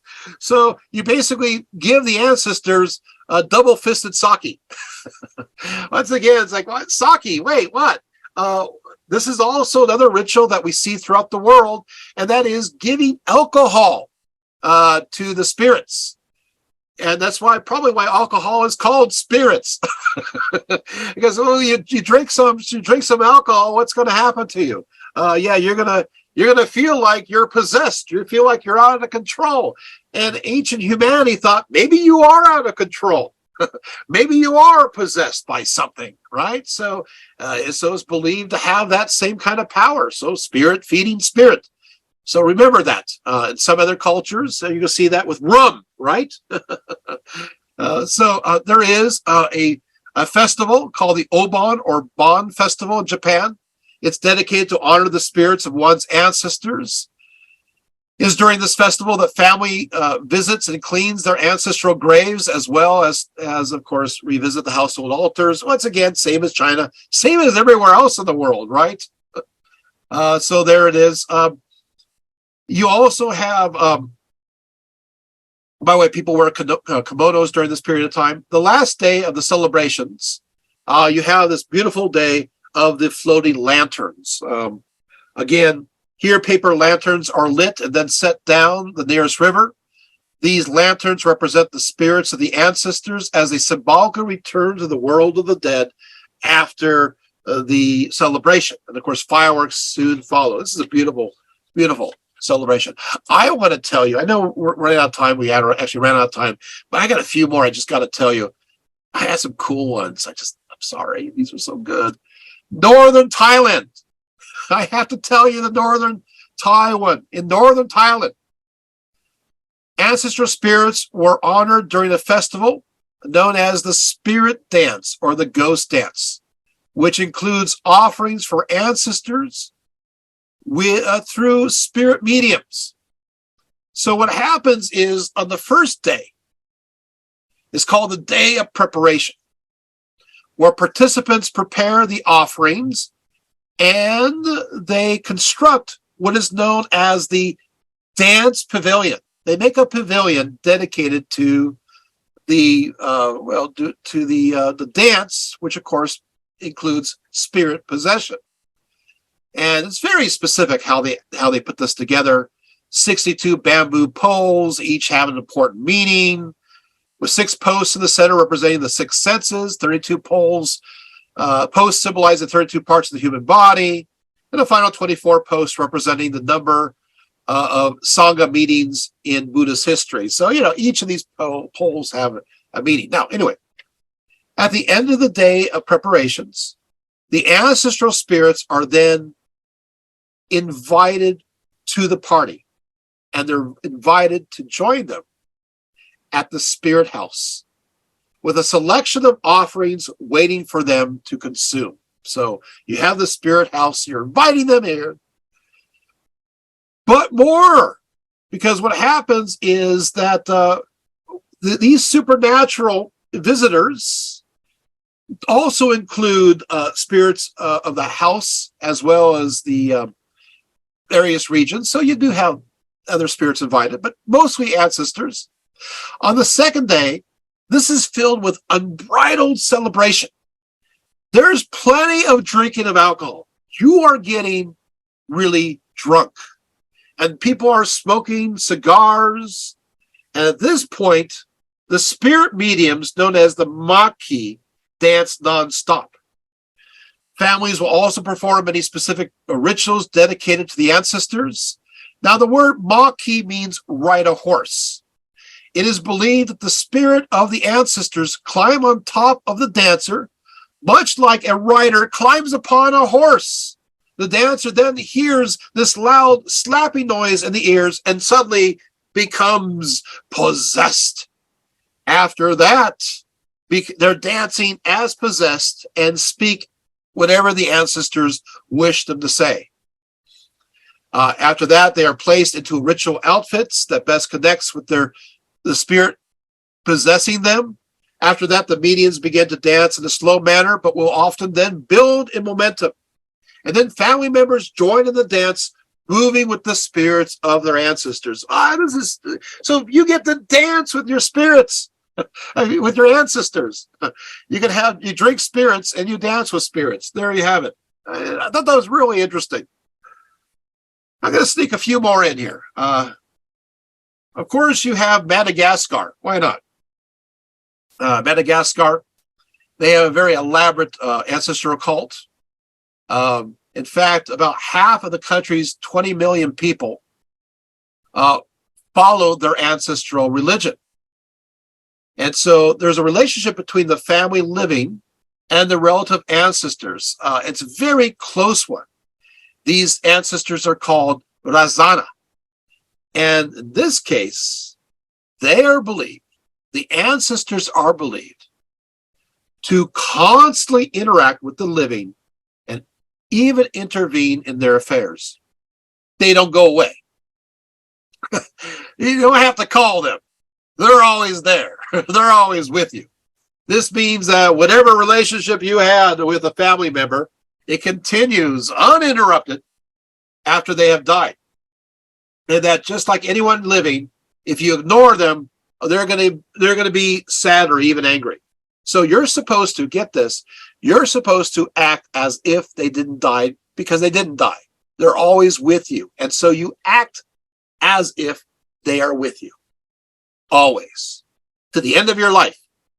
So if you talk to your, you're talking to your mom, for example, and she passes on, what you would say to your mom, normally, even after death, you still continue doing the same thing. You still have the same visits with your mom, even though she has died. You believe that she's there hearing every word that you say. So I guess as you get older, it may look like you're talking to lots of people who are those who have passed on. Interesting, right? The last thing one should do is, the last thing one should not do is forget your ancestors. Otherwise, they'll become angry with you. They can really mess up your life. The sacrifice of Zebu is one of the expected ways to either honor or appease an ancestor, which is basically a humped cow. Every day, one is expected to throw the first capful of a newly opened bottle of rum into the northeast corner of the room to give the ancestors their due share.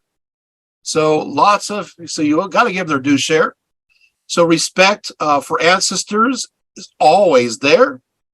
There's one ritual that is called the Famidama, meaning the turning of the bones. Basically what happens is that every now and then the remains of a family member is exhumed so that it can be rewrapped in fresh silk shrouds and then is returned to their tomb. The belief is that the ancestor only join the spirits of the they only fully die and fully go to the other side when they fully deteriorate, but they're still with you. They're still with you. Okay, let's go to Africa real quickly. Oh, I know we're running out of time and my mouth is getting tired of talking. Africa, let's talk about the Yoruba.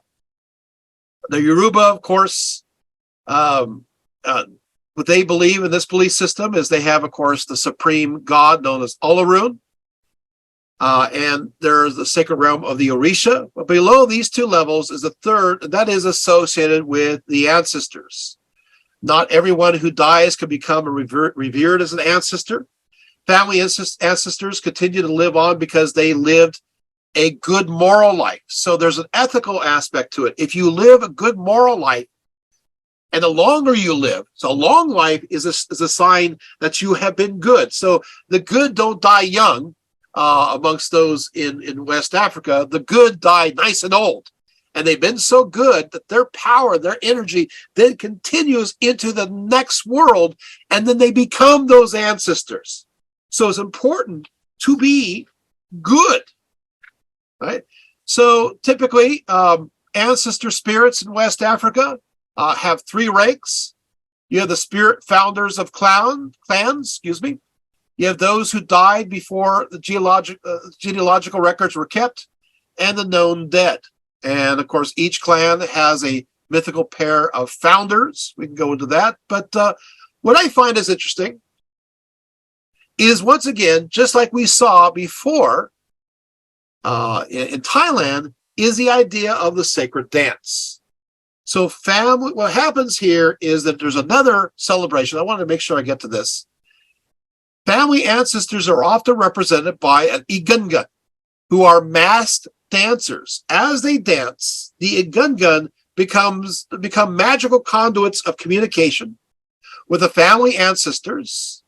becoming possessed by them. And so we're able to talk with those in the realm of the living. So once again, you're going to have the mystical dance. In this case, as opposed to in the Thai tradition where you're wearing the outfits, in this tradition, you're wearing also the mask of that ancestor or God.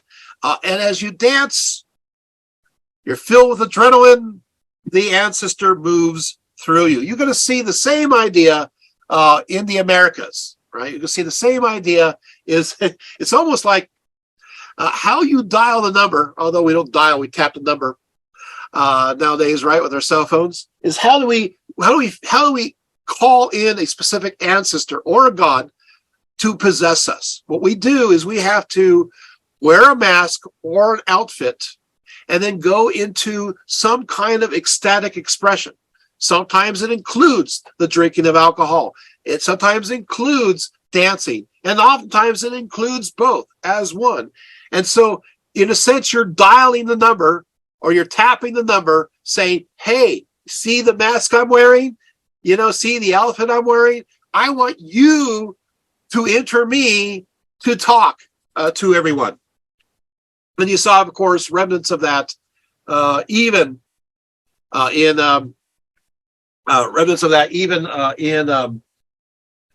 other belief systems as well. This goes back to totemetic beliefs and perspectives all the way back. Well, we covered a lot.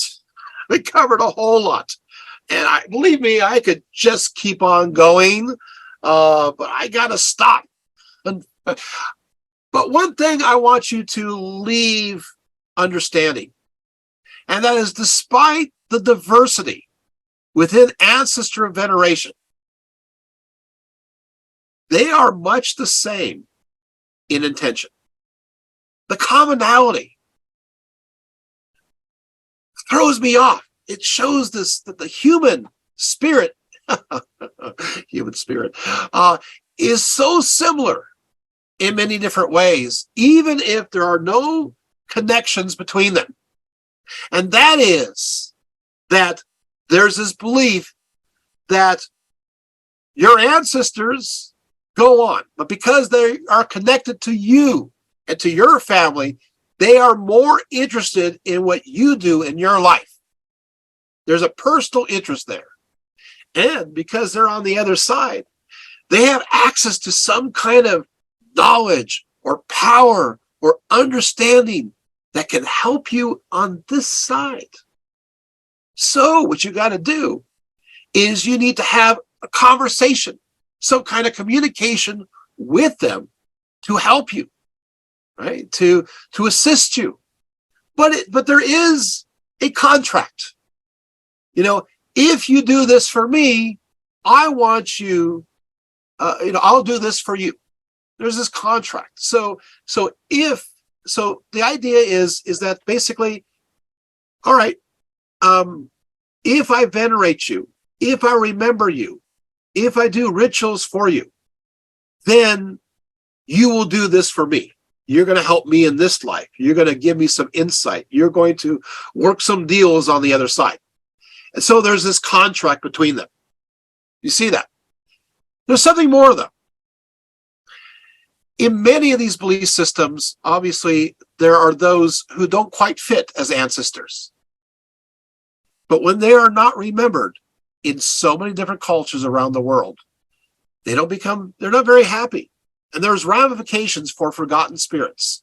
And you see that all over the world too, the forgotten ones. And those who do terrible things in life, there are ramifications for them too. So I find it fascinating. I find it amazing. And I think it indicates so much that while we are so different as humans in many different ways, we still have those same basic needs for family, for connection, for I have to add one more thing. And that is much of this ancestral veneration, especially with those who just passed on, is about finding some sense of solace, some sense of comfort that they go on. that we love them, that we still want that connection, and that they're still with us. And you will see that same belief, whether it be Sub-Saharan Africa, East Asia, North America, South America, Mesoamerica, Europe, Australia. You'll see it everywhere. There's this deep connection with family, and that family knows best. And ultimately, they are there to comfort you, whether in life or in death. Thank you. I'm done.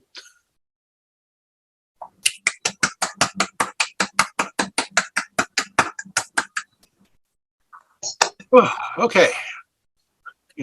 So I think I covered a few things, right? Wow, yes, you covered so many different societies and different types of ancestor worship and ghosts and like hungry ghosts and stuff. Yeah. Oh, yeah. Yeah. And I see Dorian has a question. In the first tradition, you mentioned, did the circle of skulls appear to start from a direction related to the house facing or a compass facing? Did they go clockwise, counterclockwise, work their way in, or place in sequence? Because they're circular, they're all the way around. They're all the way around. So it's hard to determine that answer. But yeah, they're all the way around. Yeah. You know, I want to do more too. There's so many different things I wanted to do. Oh my goodness. I wanted to go into also, I mean, the Seer religion of Senegal too. That was another one I really wanted to do. But you know, about the supreme deity known as Rug, which is the immensity. And they have those who are known as the Pongu. These are spirits who are intermediaries and so forth. But anyway, this time's too short. I'm sorry. I could do a whole talk on just Sub-Saharan Africa alone, and I ran out of time. So, any other questions? No questions? Did I answer everything? How many in the circle? 108? I don't know. 108. No. They're not that big. Dorian says I wrote down a lot more than usual. Yeah, there's a lot going on. Yeah, once again. Yeah, so, and of course, the West African ancestral veneration, that's going to spread to when it goes across the Atlantic with slavery, and will enter into Brazil as well as other places. So you're going to see that going into voodoo, hoodoo, which I didn't have time to talk about either, ancestral veneration as well. This talk actually could have gone on for another hour. I'm just telling you ahead of time. So yeah, how are you guys doing? Okay. Do any of the practices involve keeping the body in the house to pay respects, making mention of cleaning the body, or releasing the fluids and solids? Yes, no, you do have rituals where you do keep the body in the house for a period of time. But hopefully, but usually it will last for 3 days. There is a reason for that.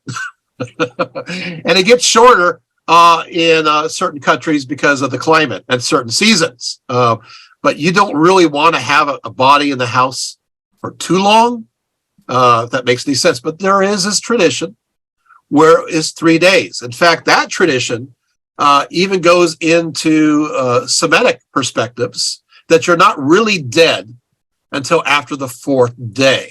So this even goes into the New Testament with stories of Lazarus, right? You have to wait, 3 days until he's really dead for Jesus to resurrect him. And you have this idea of Jesus on the cross for 3 days, on the cross and isn't buried for 3 days. Hopefully not on the cross for 3 days. It's a long time. He's in the grave for 3 days because then after that, he really is dead. Because there's this perception that even in Jewish belief, that the spirit just kind of hovers around for those 3 days and visits after you die. Isn't that interesting? So if somebody dies, that spirit is wandering around for 3 days before it moves on. So yeah, 3 days is a long time. Yeah, and I'm thinking, yeah. In fact, the funny thing is, in the New Testament, it mentions Lazarus. The Bible says he stinketh. So yeah, he's rotting pretty quickly. So once again, this is Israel, or Palestine, because it's under the Romans at that time. But there are traditions where they had the body out, they put it on a couch, and they let it sit there for a little while. Yep. Yep. Dorian asks, do hungry ghosts make any particular sound? Their description almost sounds like a bagpipe. Well, the idea is they're not supposed to make any sound because they have needle-like necks, so they can't make anything. However, there are spirits that do make sounds. I didn't mention this in Mesopotamia. If you eventually, people are going to forget you. They will. And so in Mesopotamian belief, Samaria, Babylon, you become like a bat and you squeak like a bat. So squeaking that's kind of awful. For God, you squeak like a bat. Eek, eek, eek. So there you have it. Yeah. Is there a link between the Egyptian soul with the name that has to be kept secret and the keeping secret of the name of the Hebrew God? Okay.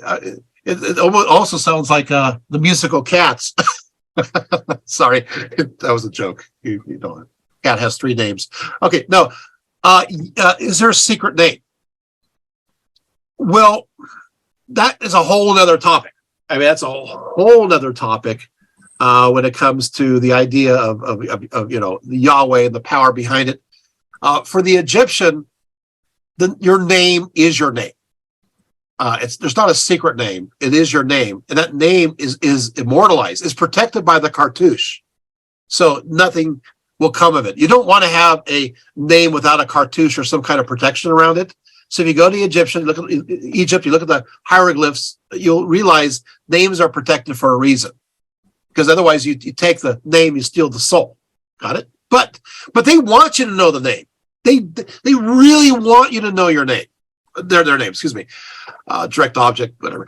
So what happens is this, because the more you say their name, the more empowered they are. Name is a good thing. Does that make sense? I mean, they're inscribing on their tombs, please say my name. I mean, how direct is that? Please say my name. Remember me. And again, the name is protected by a cartouche, so you can't use it for any kind of ritual. However, I shouldn't even tell you this. I didn't bring it. I have it in storage. I should have brought it out. I brought it out for other talks. I actually have an image where it's an Egyptian image where somebody rubbed out the name. You saw it, right, Ali? Yeah. Oh, you want to see it too? Okay, yeah. And they rubbed out the name off of it so they can reuse it. So sometimes they'll also rub out the cartouche because they want to get to the name. There's always people who try to manipulate things. Yeah. So yeah, it sounds like Greek Hades also has a squeaking of the bats too, Ali. Yeah.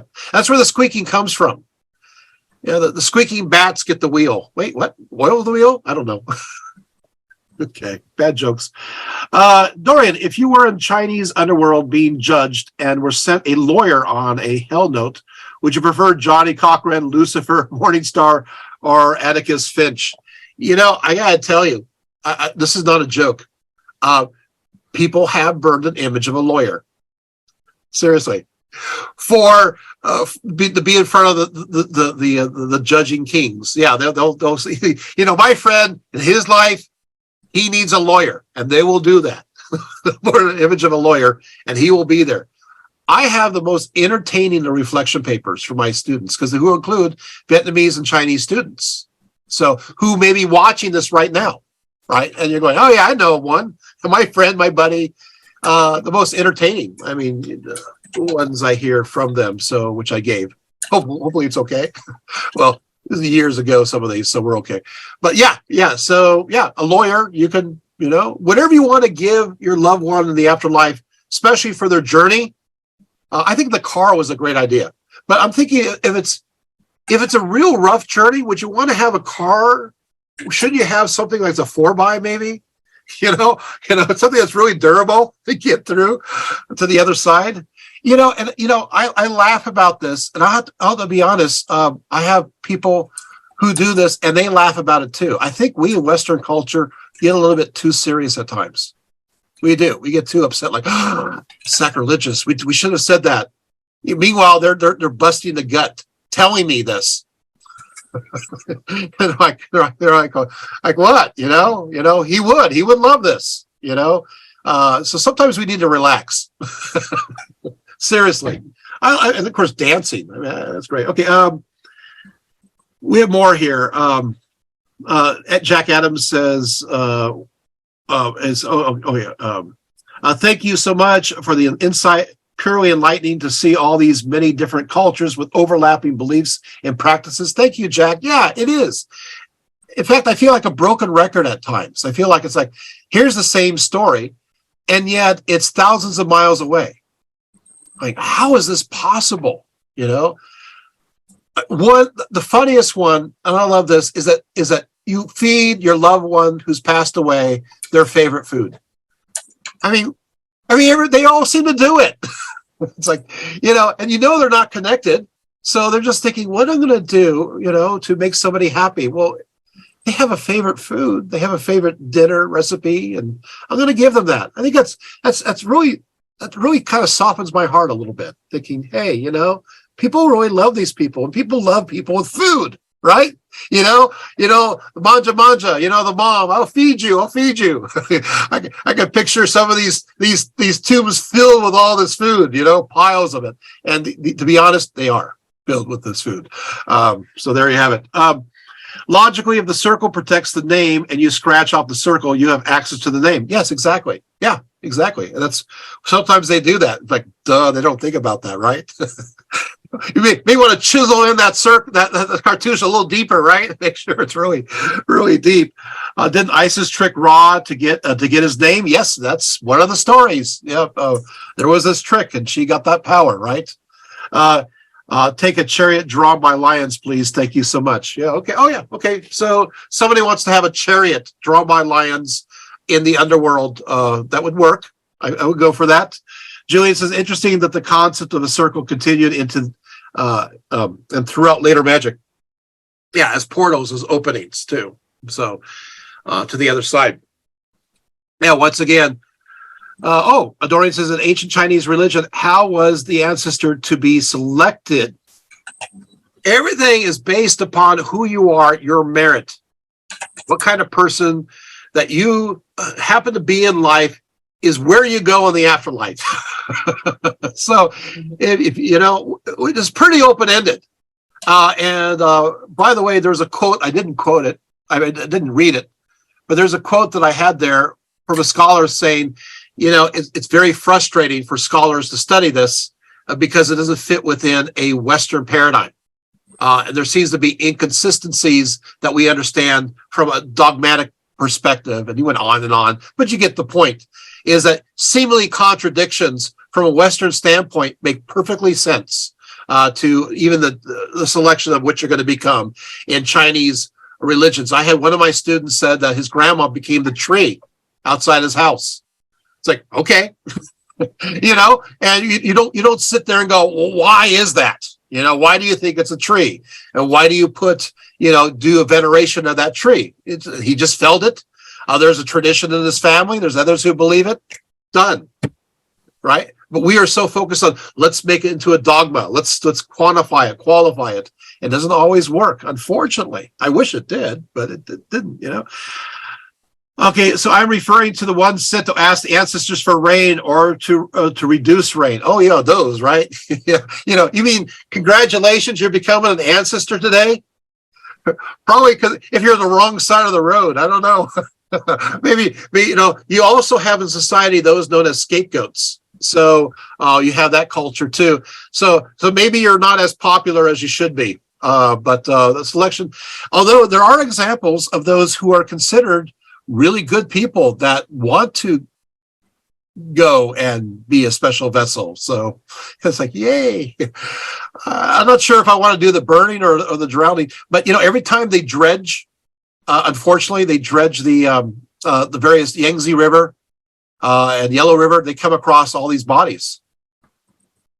You know, so this really did happen. People really were and we don't hear about that, but archaeologists hear about this all the time. It's like, yeah, there are a whole bunch of bodies because that's over a period of time they do this. Yeah. For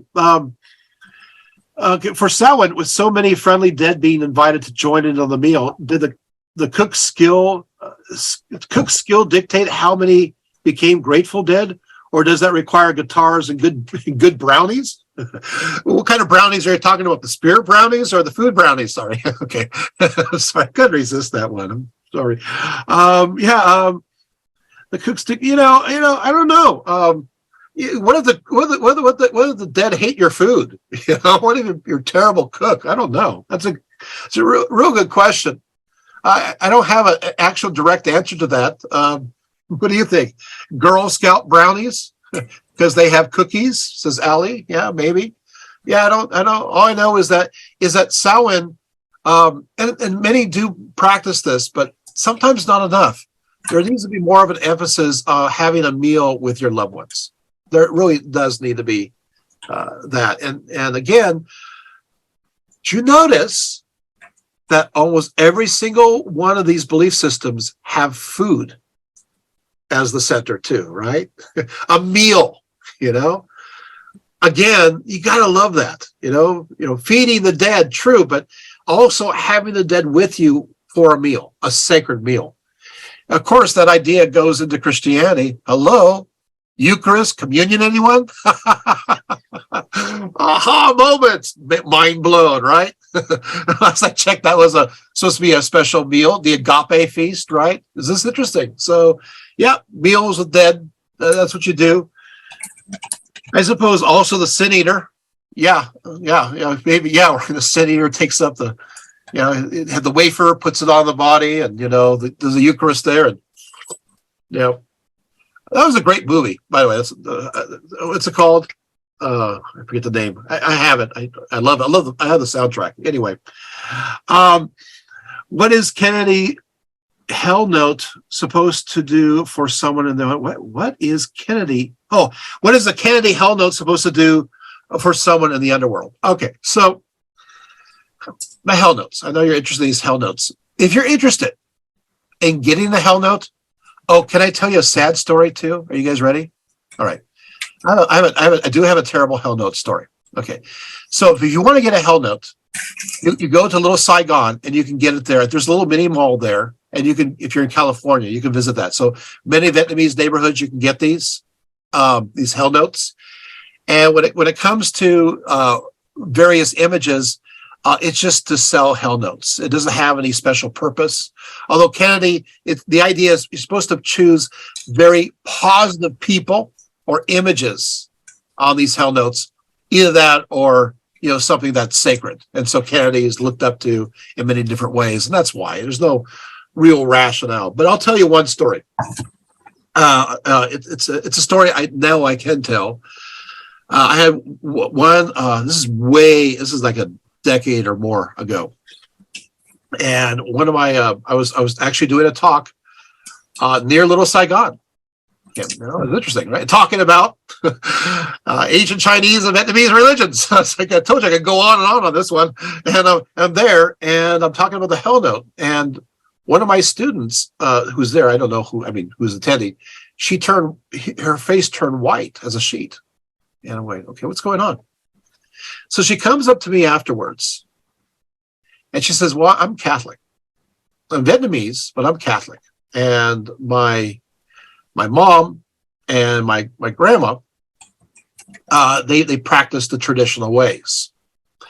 And it was time for my grandma's birthday. And I was very excited.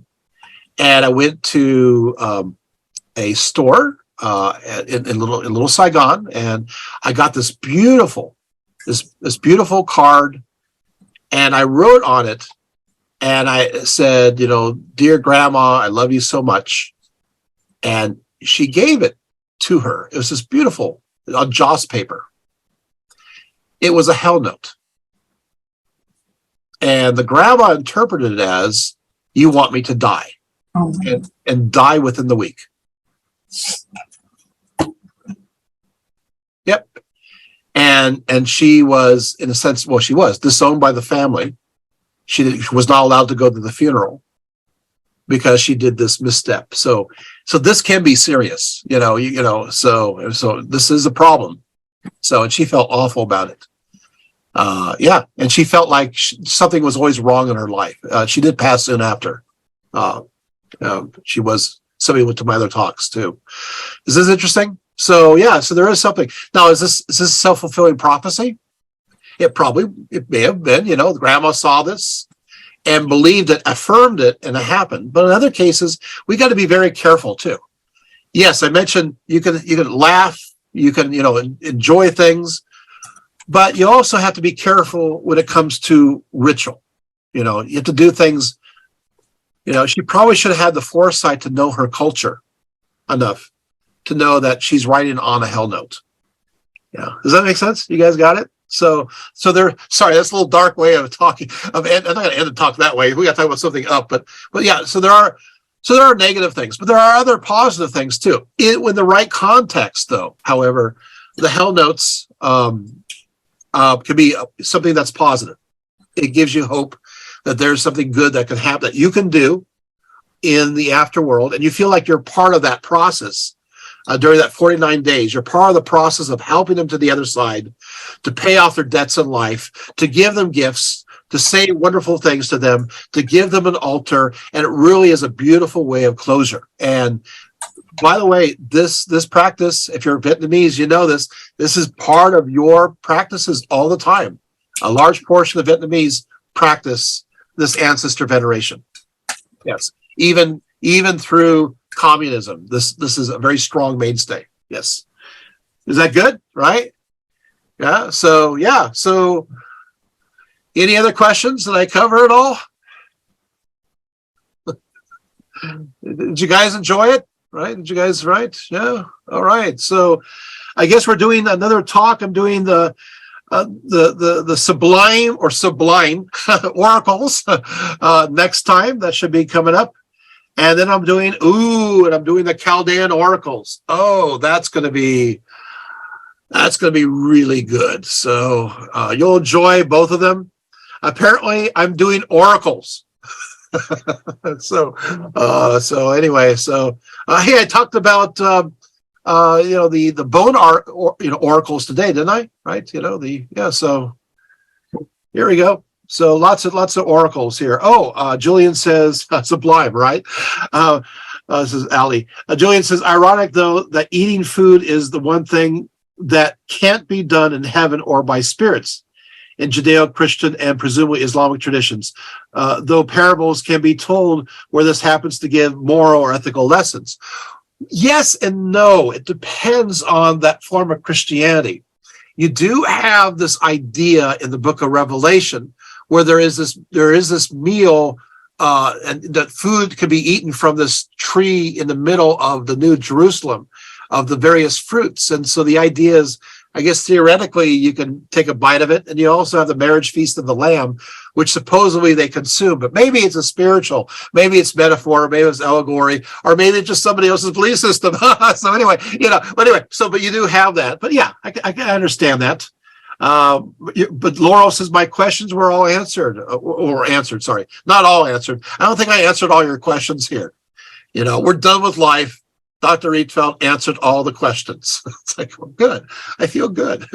Now I can move on. Wait, no. Yeah, that's the other part I always worry about. A lot of the belief systems, whether it be Hinduism or going into Chinese religions, this idea of debt, and once the debt is paid, you leave this life. It makes me want to stay in debt. Don't pay it off. Of course, then if you die ahead of time, you have to make sure your loved ones pay off your debt. So anyway, Julian says, in essence, you can't get more physical than food. No, you can't. Oh, Ali says, and in Judaism, we put out a cup for Elijah every Shabbat. Yeah, in fact, yeah, and the chair, right? You have the chair ready for Elijah for Passover. You had that open, right? Because he's going to come back. He's going to arrive. He's going to sit there anytime. Of all those tables, if you get chosen for him to sit in your dining area, that's quite an honor there, right? Yeah. Then maybe eventually you can finally have your Passover lamb, which you can't have. Okay, it depends. A lot don't have the Passover lamb, obviously. Because that was stopped after the destruction of Jerusalem. So yeah. But Elijah shows up. Maybe you can call in the lamb. Sorry. What's your depends? Are you Orthodox or Reformed, or I don't know which side you lay upon, or conservative? So, okay. I heard that. I thought Elijah's supper was only the Passover. That's what I'm talking about. Passover. Yeah. I guess we have a conversation going about Elijah's supper. Okay. So who's coming for dinner? Right? The Jewish version. Elijah. Okay. Any other questions? Okay. So for Passover, but some put it out for every Shabbat because he will come on Sabbath. Yeah. How many cultures have mourning periods that are 6 weeks? That number keeps repeating and is related to how long it takes to recover from giving birth. I don't actually know the number. I guess I'm not answering all your questions anymore. The question answering machine is dead. I don't know how many cultures. I know there's a few there, but I don't know how many personally. So, right off the top of my head. So, off of my head, to be maybe put on a little red podium, in the middle of a Natufian hut. Would that be good? And I can grin at you. Always think about that. The Natufians, they come home and they see the grinning image of the person who just died. Hey, I'm home. Oh, hey, Grandpa. Although people live such short lives in those days, to be like 25 is like an old age, or 30. Most likely it's not Grandpa, it's Mom or Dad, unfortunately. So, that's the reality. Allie says, are carried by Kali. I'd settle for that. Okay. Oh, carried away by Kali Ma, you're talking about? Yeah. Okay. Well, that works. Yeah. She's quite a dancer too. I hear, right? She does this dance around Shiva, but we're stopping. We're not talking about that anymore. That's a whole nother dance around conversation. So that's my Kali talk, right? She does come with a skull. She actually comes with a series of skulls, right? Ooh, wrapped around. Yeah, and lots of blood too. All right. Are we okay? We're good? We're good? A whole circle. Yeah, it's whole circle, right? We're back to circles then, right? You're giving me the runaround. Yep. Circumlocucious, right? All right. In a roundabout way. Okay.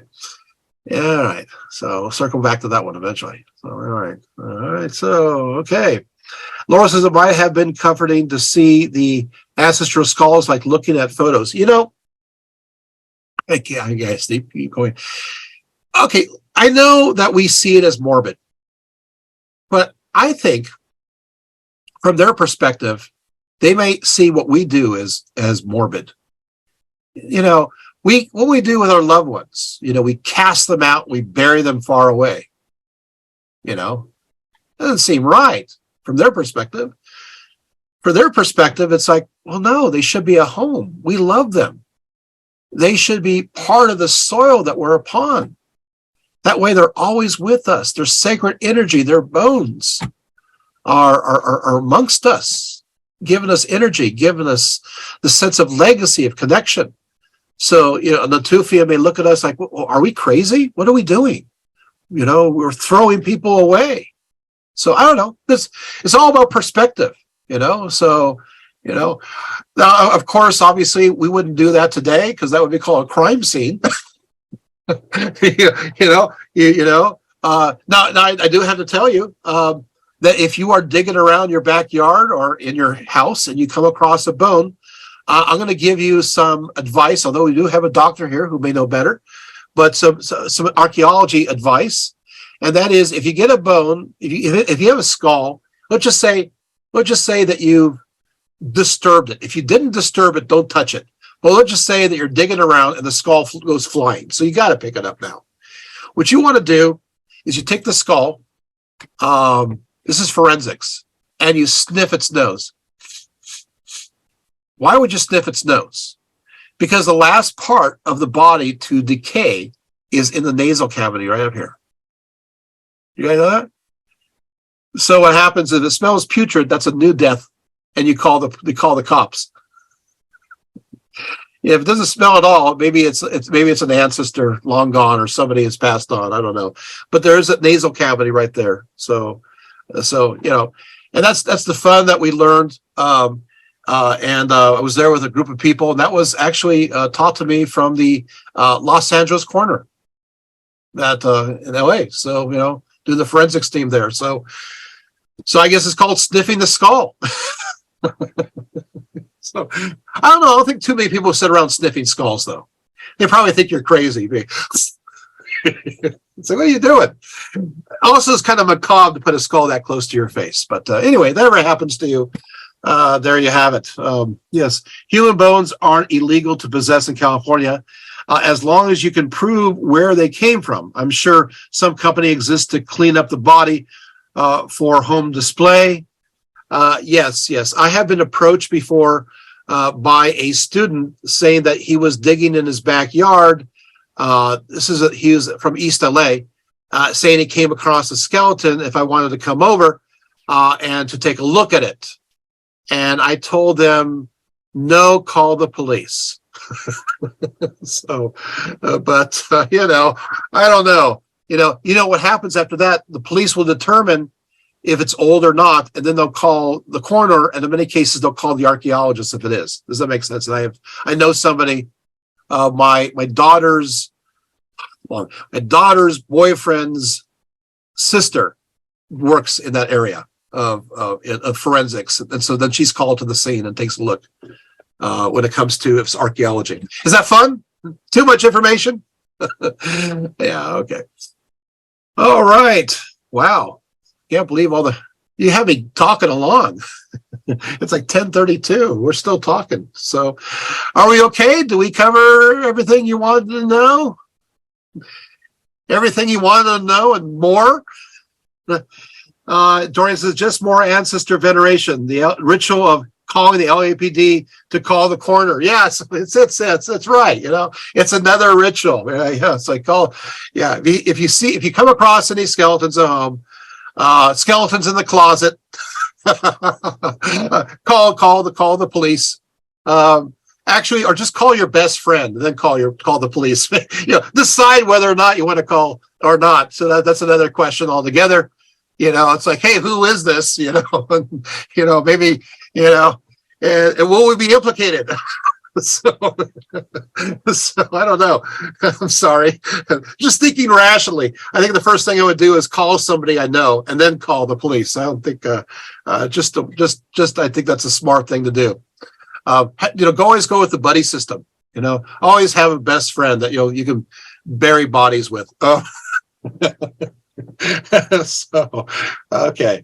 I think we've gone too far. Anyway. And I've had nothing to drink, by the way. So, but I probably should now. After this talk, maybe we should drink and start doing some dancing. Traditional ancestor veneration rituals. What do you guys think? Right? No spirits were involved in tonight's lecture. I don't know. They may have been involved because guess what? Remember, you guys, you forgot. Happy Lemuria.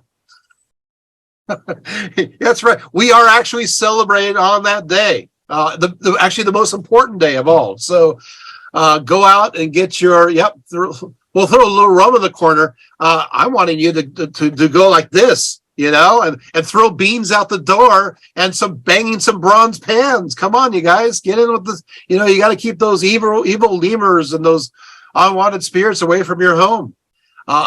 So be careful. It'll be all right. You'll survive. Do you guys have any bronze pans there? Okay. Yes. Any other questions? Nope. We're all good. Going once. Going twice. We're sold. All right. Okay. All right. Shut her you down. for being here, and looking forward to the next talk. Good night, everyone. Thank you. Thank you. Night. Night. Night, everyone. Thank you. Thank you. Thank you, Ali. Thank you, Darren. Thank you, Jillian. Thank you, Tamara. Thank you, Laurel. Thank you, Dorian. Thank you, Margie. Thank you, Terry. Thank you, Sarah, wherever she went. All right. Well, that was fun, wasn't it? That was fun. We got kind of silly there towards the end. Or Oh, not, yeah. not Yeah. us. Y'all got silly. Oh, I got silly. Me, I never get silly. I'm always dead serious the whole time. Yeah. Mhm. Well, I think it's important to be realistic about it.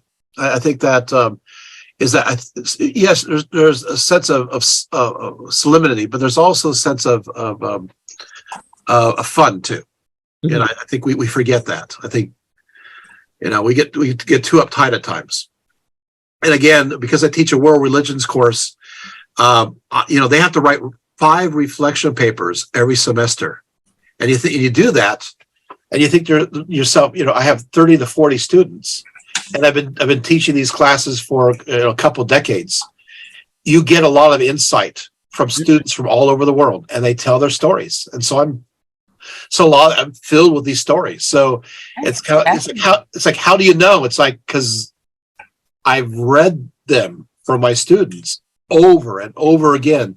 Students from sub-Saharan Africa, students from Vietnam, students from China, Japan, and they have to do a final paper, and I get it on that too, research paper. So yeah, it kind of permeates after a while. And ancestor veneration is just very common all the way across the board. I've realized, It's incredible how similar it is in such diverse cultures. It being something that I've looked into myself, I've just been astonished at oh yeah, same stuff. Same thing. So even with Judaism too, there's so many similarities. It's just amazing, and so yeah, one follows into the other and then to the other. So again, we're back to I always look at the tripartite conception, and tripartite conception is as follows: is that people, traditions, and ideas either came through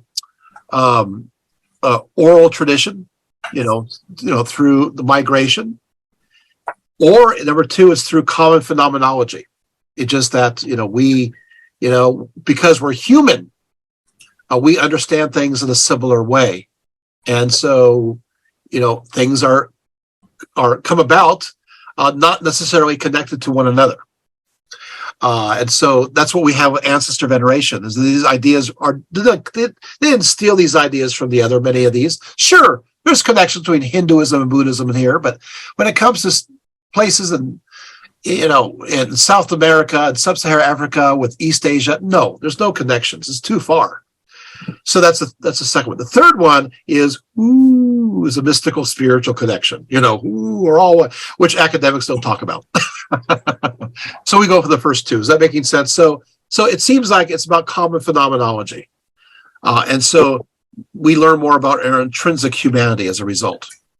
There is also the option with the first one, if you push back the birth of civilization, human culture a little bit, then the idea of a shared culture across different places makes, I don't know, I was so tripped out when I was reading, is it in Plato's Republic, where he goes off about Atlantis? Have you read the original on that? Oh yeah. And it is such a trip when he's like, yeah, the Mediterranean Sea, this is a bay compared to this ocean that's out on the other side. And on the other side of that, there's another continent. And let me tell you the history about when interactions happened between. There's the idea. You were there for that lecture? There's the idea of earliest civilizations. I think you were there for that one. Were you? I did that recently, and I talked about that the possibility of before the last ice age, the possibility of earlier civilizations that existed that were destroyed. We know that one survived, actually 2 survived. We got the Jomon culture of Japan. It's before the ice age. I mean, before the end of the ice age. Extends back to 14,000 BCE. Yeah, the Yonaguni ruins are a trip. Those are some cool possibility there, right? And that's attached to the Jamoan culture of Japan, I believe. Yep, that's off the coast. Yeah. And the Japanese themselves believe that is that it was made from that culture. even though the American, the Canadians say no, the Japanese archaeologists and geologists and scientists say yes. They say, Well, they've got ancient myths that say that, Yeah, and I in know. India there's ancient myths saying that, and in Greece there's ancient myths saying that. It goes It's there. like, Well, and then the Tufians too. The Tufians are also, who I just talked about. Their culture goes back to 14,000 BCE. They're also from the earlier era, where the water levels were lower, and so there's more coastal regions to have civilization because people like to live along the coasts, and that area was covered up. I mean, who doesn't want to live along the beach? And that's where people want to be. So there's definitely, I mean, we do know there's possibility of civilizations. In fact, there is civilizations that we can document. So yeah, it's fascinating. And of course, the whole idea, Göbekli Tepe, that discovery. It's like, well, that was 10,000 to 9,000, 8,000 BCE. That threw everybody off. It's like, wow, that's way older than Stonehenge. So yeah, there's lots of more mysteries to be discovered. It just will take some time. So there could be evidence of a more unified culture. and Göbekli Tepe brings us back to the Younger Dryas period, where there was a mini ice age and the water levels receded. So we know that there was culture at a time when the water levels were that low. Yep, and of course you have those mini what do you call it, those extraterrestrial little bits in our soil, even California, that something crashed to cause the Younger Dryas. That's been identified by the university, UC Santa Barbara, recognized that. And they, Are they nano diamonds? Is that what it nano is? diamonds? Yep, nano diamonds they found in the soil from this object that crashed into us. And there's the huge crater in Greenland that we discovered very recently that it seems very likely that those nano diamonds are connected to at that period.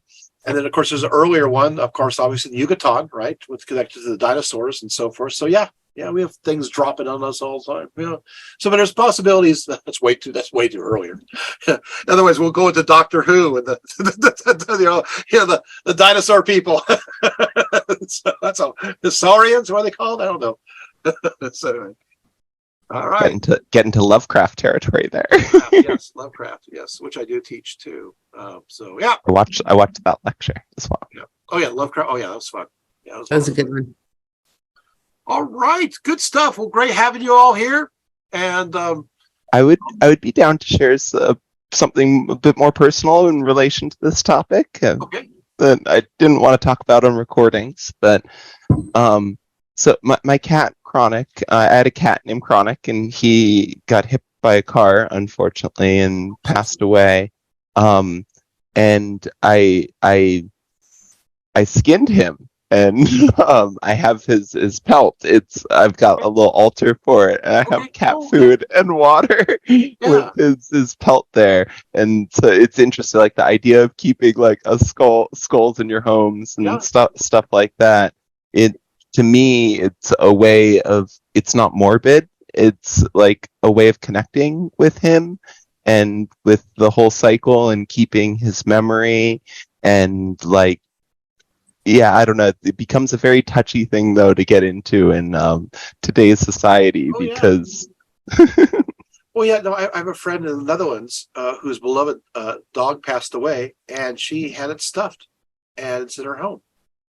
And it's still sitting, laying on the doggy's favorite couch, just resting, and just sitting there. And she finds comfort, that this is the place where the doggy is. And I could see that. I mean, I think society needs to relax a little bit. That people have different ways of paying tribute to people and beloved kindred spirit animals the way that we love them. We want to do this, and I think that's great. Even if you, or reptile, right? Beloved reptile. I mean, I think there's a place for it. So, but again, I think people grieve in different ways. People do dedications in different ways.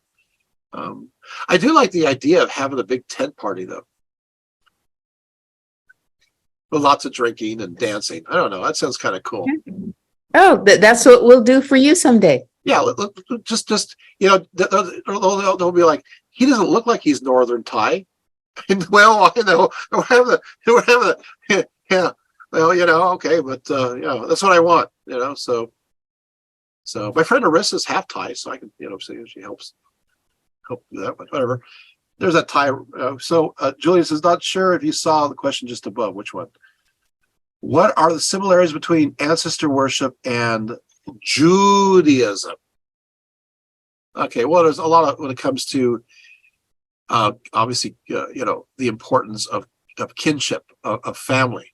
That's there. There's dedication there. Although there's other stories. Shouldn't even go to these stories where the rabbi stories where you're at the grave and you know what I'm talking about, right?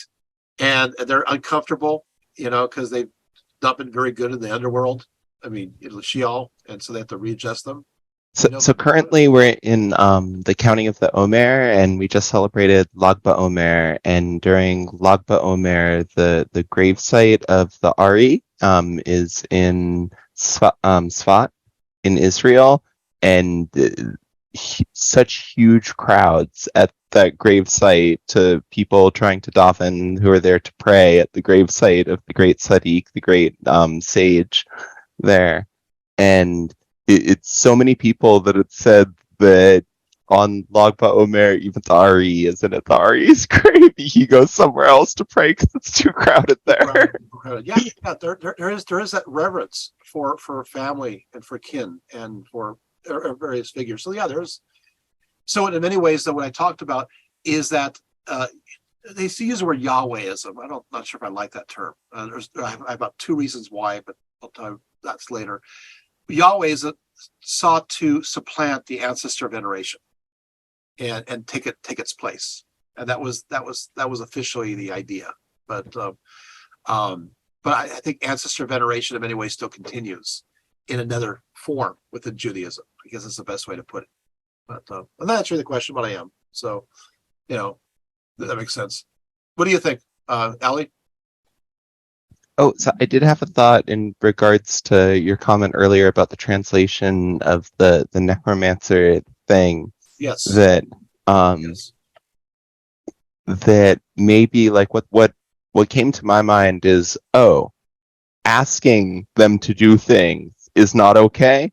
Right. But just like giving offerings to your ancestors is not asking them to do anything for you. And that's something that I believe was continued in Jewish tradition in many ways. Absolutely. Yeah. Necromancy is the act of forcing that ancestor to come back to do things for you. Yeah, that's exactly. Yeah. Then you also get into the difference between like theurgy and other types of magic where like you could even define a difference between like maybe asking them to do something is okay, but performing a ritual where you're binding them and commanding them to do something, like that's not something we do. That's not cool. But so one interesting thing, so the king of Israel, a famous king, Saul, predecessor of David and Solomon, famously went to the story of the witch of Endor is how it's translated. But it's the same Hebrew word that's used for what the forbidden thing, and the king of Israel, and a famous story goes to her, and there's within that offerings that are made to ancestors, and that would definitely be an interesting part of the Bible to reference in regards to that. That would have been a good, actually, have done that. The seer of Endor, calling out, Saul needing help, and from Samuel, and weren't there oblations made to the ancestors, and Saul brought her food, I believe, offerings and everything else, and of course, obviously, but here's the interesting part: is Samuel does appear. So I guess it worked, and I mean it did work, I guess, right? So, but it wasn't pleasant for Saul. What will happen to him as a result? So hey, I'm not sure if that was a good idea to make it work. Maybe it should have been like it didn't work, but it he does show up, and they're pretty hard on Saul. It's like, don't count the number of your troops. It's like, what are we supposed to do before a battle? Now you're in trouble. Saul gets a bad rap. I'm sorry, but poor King Saul. Of course, then he goes crazy, and then he's a problem. But that's a whole other story. I had a friend who loved King Saul. He's just misunderstood, man. He was Jewish too. He's just misunderstood. He's the first king. The bar was kind of high for him. Sorry, I'm stopping now. Oh, Julianne. Some people say that the witch or medium was a surprise to Saul to see Samuel's spirit. In other words, they interpreted that she was a fake medium. Yeah, like she didn't really do it, but that he just showed up on his volition. But it's still not a good coincidence. I'd probably show up like afterwards, another time, the day after. Showing up then, probably not good. But yeah, I agree with you. Yeah, he's supposed to be a false medium. As opposed to, real mediums are medium rare, actually. So that was a alliteration. These jokes, I gotta stop. I'm getting hungry. Okay, at least Julian liked my joke, okay? I've got some kitty food out that I can share if you'd like. Oh, good. Oh, yeah. Kitty food kind of looks good. Yeah. Yeah, necromancy is banned in Judaism. That's what we're talking about. Yeah, it is banned. That Saul was not supposed to be doing that, which could be the interpretation of Ab or Ab. But he did it. And then, of course, he started going crazy. David was trying to kind of calm him down a little bit, but his play didn't seem to work, I guess. Does it say specifically that he went crazy as punishment for visiting her, or can you interpret, is that a later interpretation? It's a later I think he just that you can interpret differently. I think there's too many things that are going at him at once. And he started, again, I'm not sure if he, this is a whole, I'm not sure if he, I'm sort of kind of with my friend, I'm reading through this going, what would I do in Saul's place? I don't know. Towards the end, though, he does become pretty crazy towards David. I mean, he throws things at him and, tries to kill him. I mean, that's kind of crazy, right? Although David's not exactly the nicest guy either, but that's a whole other story. So, and the whole Bathsheba thing kind of drives me crazy. It's like, hey, your husband, Uriah the Hittite, guess where you're going? In the front lines, because that kills him so he can marry. That's bad, dude. I'm sorry. There's just getting into a lot of this, getting into the stories around Solomon's building the temple is very interesting. Yeah. The Testament of Solomon. Yes. Oh, the Testament of Solomon. Yeah, and the wisdom too. Yeah, it's interesting. Yeah. Oh, yeah. The Testament of Solomon. Yeah, that's the one where it lists like all of the demons that he invoked and brought before him, and then he's got the ring that he like throws at them, and then he binds them and commands them to do different tasks in regards to building the temple. And there's like rocks that are too big to lift, but it's okay because we got demons who are strong enough to do that. The demons will do it. So they're hardy workers. Yeah, I know. Yeah, I know that's not exactly. I have some ethical issues with that one. I don't know. That's just me. I don't know. Using demons to build buildings. I don't know. And I mean, he could have just asked them rather than ask them nicely, right? Like making them his servants and essentially. Yeah, Domenios and the others, right? Ask them, hey, why don't you come on over? Asmodeus was one of the main ones too. Yeah, yep. And of course, Lix Terex and a few others too. Yeah, so that's fun. Yeah, that's a whole other topic too. Boy, there's so many topics we can go to. Too much good stuff. Huh? Too much good stuff. Good stuff. Good stuff. Absolutely. Yes. So we've done it, right? We've done it. We've got through. Julian says there's what? I had a quick question. Have you heard about the discovery they made in Canada of evidence of a civilization 7 times older than the pyramids? No, I haven't heard of that one. Yeah, I read about it on Reddit, and so I didn't know if it was scholarly or not. Apparently not yet. So I haven't heard of it yet. So I don't know. Yeah, basically they attribute it to native First Nations peoples.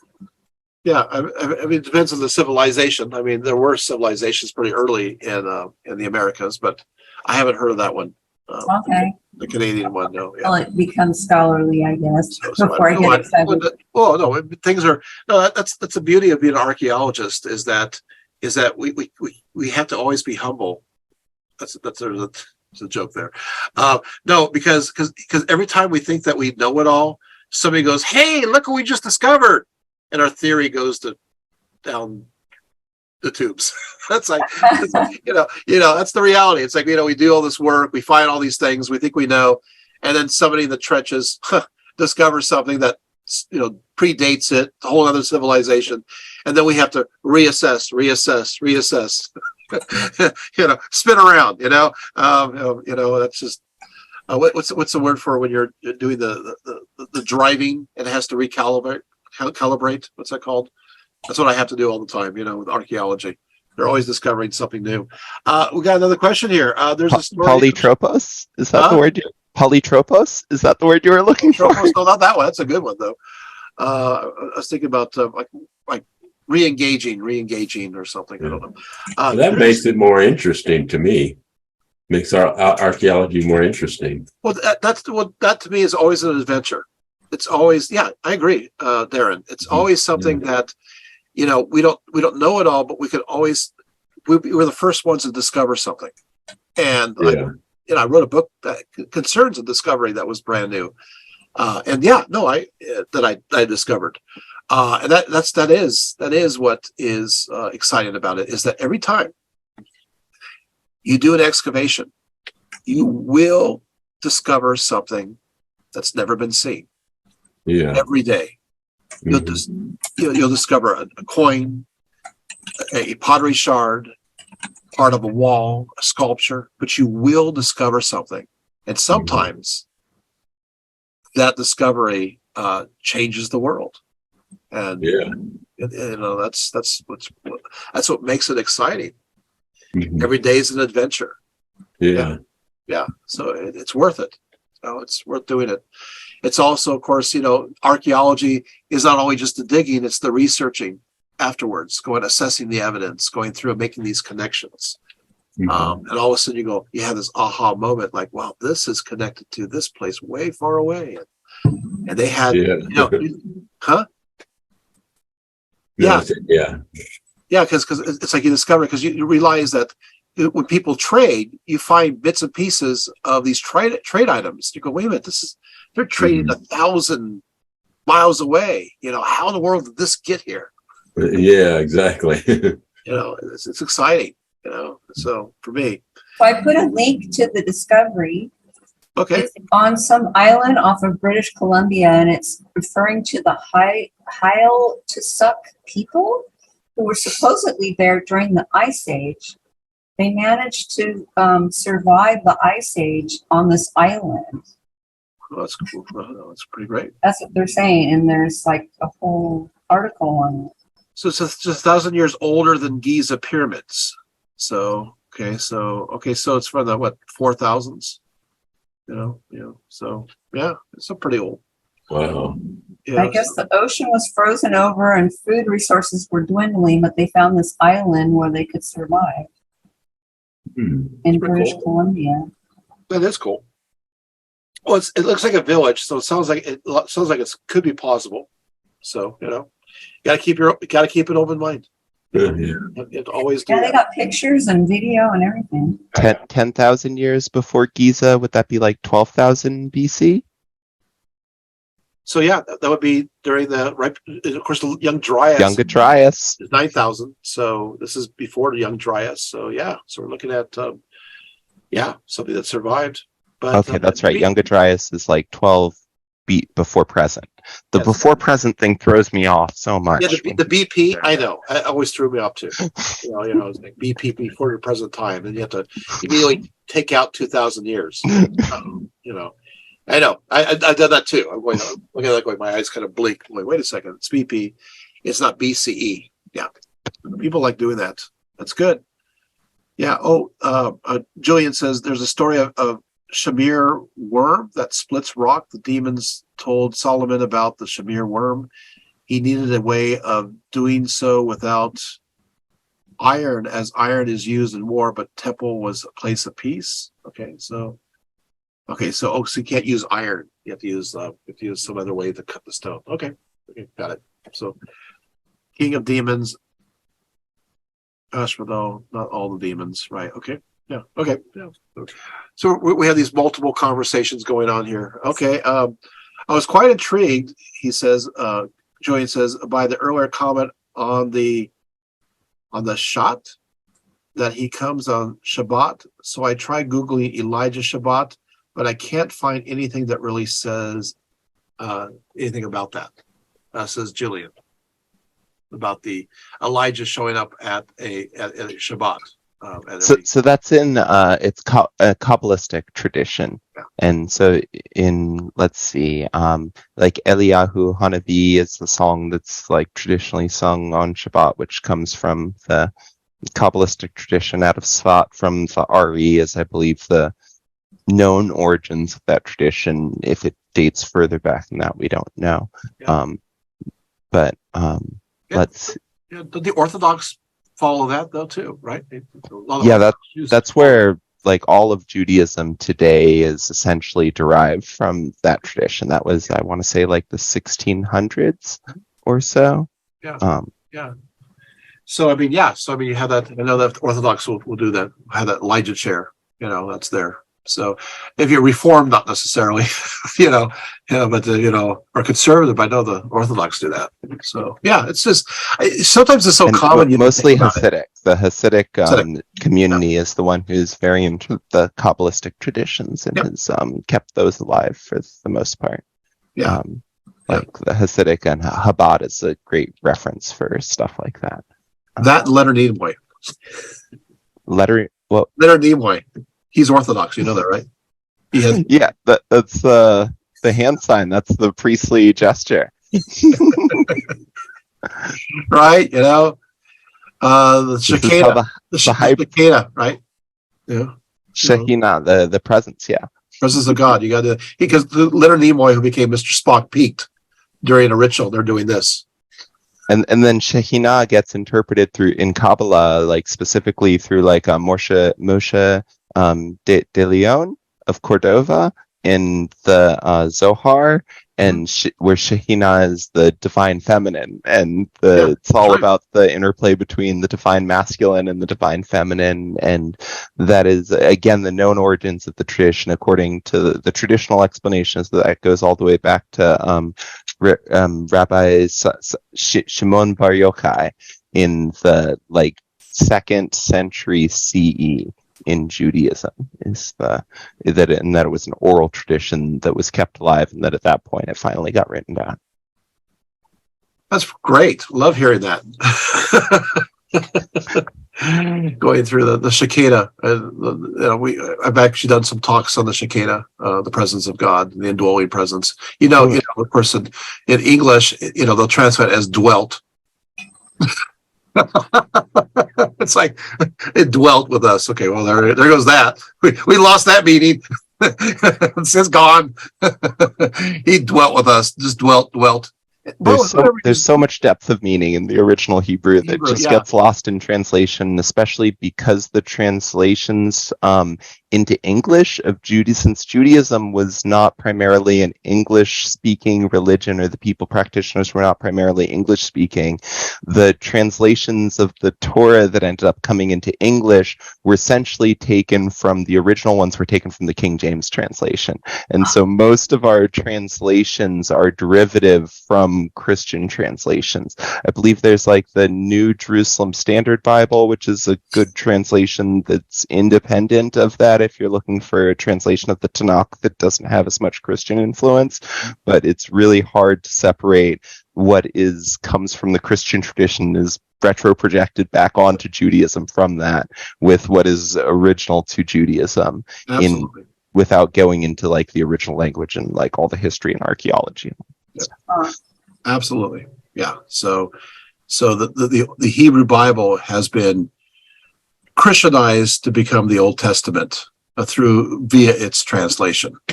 They do have a lot of dependence also on the Septuagint as well, going through that. So the Septuagint is great because we kind of lost some Hebrew meaning, and as far as our understanding of Hebrew was pretty much reconstructed during the rabbinical period of the Mishnah Talmud, which is like again 2nd century, and so the Septuagint dating back to the 4th century BC gives us a older glimpse into how the languages Hebrew was translated into Greek, and since we've got a very firm grasp on the Greek meanings, the Septuagint is a great window into older Hebrew meanings than some of the later rabbinic traditions even, which is super interesting. Well, yeah, it's more detail oriented, and it captures those words like bug and amber for us to understand how it was at that time. You may not. I'm not sure if you know this, Ali. My father was one of the translators of the New American Standard Bible, which is the 3rd largest English Bible in the world, and it became the Bible used by U.S. presidents for quotations whenever up until Obama. Obama did it, and the next guy didn't do it after that. So, but Obama quoted from my dad's Bible. Interesting, cool, huh? Anyway, what happened is that they're part of the Hebrew Bible translation. They went through, and they used the Septuagint, and they got to this place where they're going, we have no idea what this Hebrew is, and they're all open up the Septuagint. They're like going through, going, okay. There it is. Okay, we figured out. There's kind of cool. I know what this Greek word means. We know what this Greek word means. So let's go there, because Hebrew is so it's context driven in many cases, as you know. If you know Hebrew, I'm sure real well, and so there's a context that's important. It's like vague, like English. Sorry, but Greek is so specific. It's amazing. Greek is a great language. So, they really can capture the nuances at that time, because you got more words, like Mozart, too many notes. So, you got too many words for Greek, but that's great when it comes to, so the Septuagint is actually fun to read.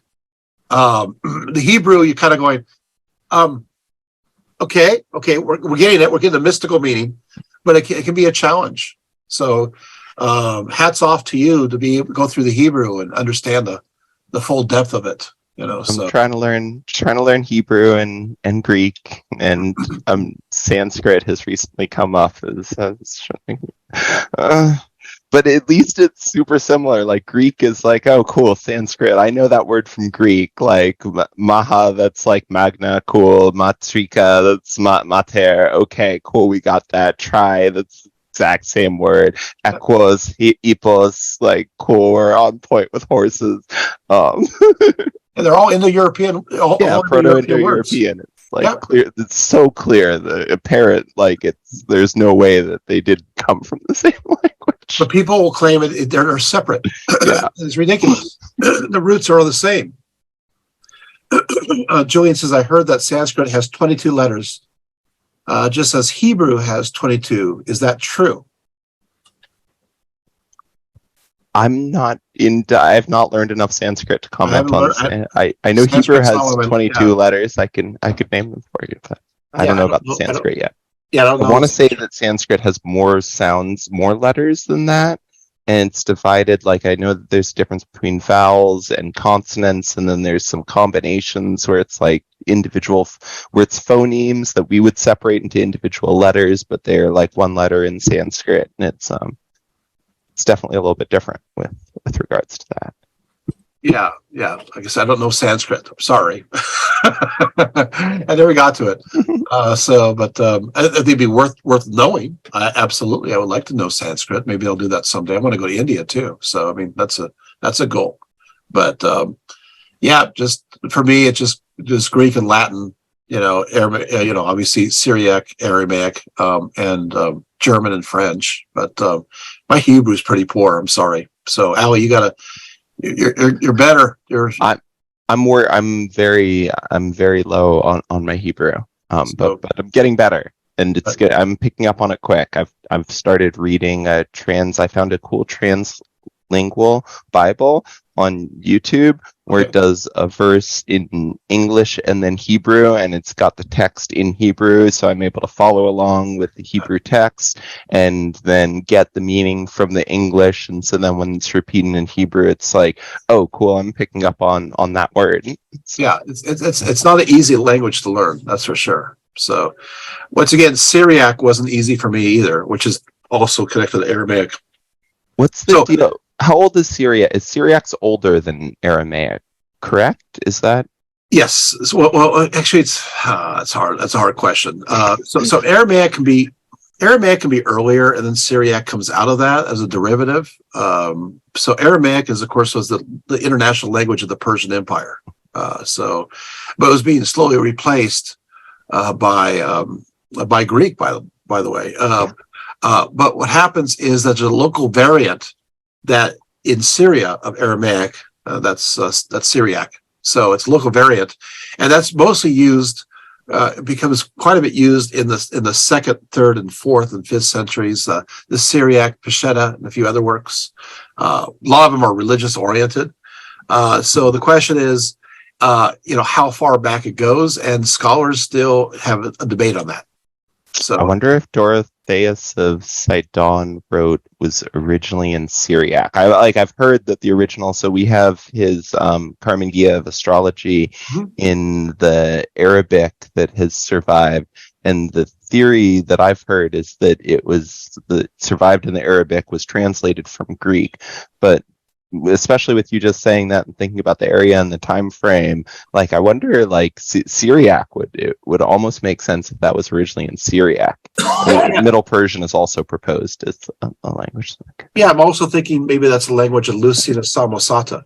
I'm sorry, Middle Persian is later. It later went through. That's right, because it came into Arabic from Middle Persian, and the idea is that it came from Greek before that, but who's to say that? I'm not convinced that it's not something else. Yeah, I don't know. We like to give the Greeks credits for everything. yeah. Like I said, Lucina Samosata, I'm thinking, he writes a work on the Syrian goddess, and he writes it in a Greek dialect. That's a Syrian dialect of Greek. And I'm wondering if his original language would be probably Syriac. Lucian. Yeah, and that got translated into Greek because that was the common But if you read, he intentionally wrote this work to have a Syrian accent to it in the Greek. It's pretty incredible. And I'll have to check that out. It's by Lucian. It's called the Syrian Goddess. You'll love it. The Syrian Goddess. Yes, and it's worth going through, but it makes you scratch your head. And I think obviously he would be speaking Syriac. It could be, because obviously people say it's Arabic. But maybe it's Syriac. I don't know. I'm just throwing that out there. Who knows? I mean, it's Samosata, so I don't know. So when are you going back to Anatolia to dig up more stuff on Hecate for? I don't know. I want to go back soon. I mean, I had an offer to go back this summer again. Actually, offer to go back in July. So I'll see what happens. So yeah, but I want to go back soon. So yeah, which none of you know about. I've been busy. I want more info on Hecate. Yeah, which means I wouldn't be doing talks in July, but I don't know. We'll see what happens. So that's so exciting. Best excuse to miss a lecture ever. So, but I don't know yet. So we're just playing by ear. I'll keep my fingers crossed. Yeah. So yeah, I'd like to go. So I have been invited. The real question, I got to get my passport though. I'm kind of, there's a few other little things I got to do. Passport anyway. Go get your damn passport. I know to get a passport. Well, hopefully that pans out if Dionysus wills it. Yes, exactly. Yeah. Yeah. I need to bring my artifacts. The only thing I have with me is a lithograph, but Ali, like my artifacts, that's for sure. So, I'd love to check it Oh, out. Well, oh, can I share my altar to Hecate with you? A picture of it? yeah, sure. You can share it. Yeah, I see another question. Julian says, sorry, didn't mean to interrupt the discussion. No. When you said that we have many discussions going on here. No, all good. It's hard to judge the right moment to press enter. No, it's all good. But is often influenced, but I have several thoughts and I can't remember them without entering earlier ones. No, it's all good. No, all good. I'm happy that you're asking these questions. I'm used to the multiple conversations and I like multiple conversations because my brain is twisted like that and likes going all different. I'm like a lizard. My eyes go like all different directions. And that's the way my conversations go. The lizard eyes that go like this. That's how my conversations go. Yeah, all good. All good. Thanks. Sorry, also to interrupt. Just as you were saying about language and roots, would it be great to hear what you're going to say? Oh no, it's all good. All I said was Indo-European all has the same roots, whether it be, even with father, mother, water. I mean, you just have these basic words. Yeah. Ellie says, sorry if I talk too much. I did. No, you don't. You're fine. Everybody's fine. Yeah, you're all good. We love you all. We like talking. That's what we're here. We're here to celebrate and have conversations. That's the whole point of this time together is to have Father in Sanskrit is Baba, which connects to. It's actually really close to the Hebrew. It seems to me closer to the Abba. than to pater. Yeah. You'd mentioned with Peter and the worship, and it struck me that Peter's name and pater, and that Peter was being worshipped in place of the what was the word for it? The great father, the ancestral father. So what they did, well, not that, but basically what happened is Peter and Paul were being worshipped instead of that's right, pater familias. So I mean, maybe there's a little bit of interesting there, but Christian worship when it comes to the ancestor, the feast days of saints, it literally comes out of the ancestor veneration of the Romans.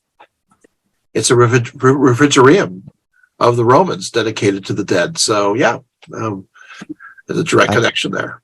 I've always heard the etymology for Peter is related to rock, and on this rock I shall build the church. ... But did you know? But the father, because he's also considered the father of the church, and in Latin, of course, Peter. Sorry, go on. Did you know that the word Peter is on this rock I shall build my church, and in Greek it's the word Petra. Petros. Petra. Petra. Okay. Petra. The feminine. And in Latin, it's Petrus. Okay. So Petra, however, does not mean rock. It means a pebble, a fragment, something that's cut off something else. Huh. But Petros means a rock, a stone, a foundation. But since it's written originally in Greek, it says, upon this rock I will build my church. It's not a power word. It's upon this humble foundation. Look at Peter. Upon this human who has all these vulnerabilities, I will even build my church, and the gates of hell will not stay. It's an image that glorifies God and Christ, and that says even humble Peter. But when it goes into Latin, it's Petros, upon this rock. And then Peter gets the big head. That makes so much sense. I've heard it as that it was an ironic nickname, similarly to the way that you might call someone who's really huge tiny, because Peter is so wishy-washy and all over the place. His nickname was, but with it being pebble and a fragment, that makes sense in an unironic way. So when we're going through that, one of my classes, I had them look it up in the Greek lexicon. I'm going, they're all, no, it must mean strong rock. I said, look at the Greek in the lexicon. They looked it up. They're like, oh, okay. It's like, sorry, but it becomes the rock, and people interpret it that way. But that's not Peter's life. That's not him, doubting, the cock crows. I will not deny Christ. The cock crows, runs away at the crucifixion. I mean, it's not those. It's not.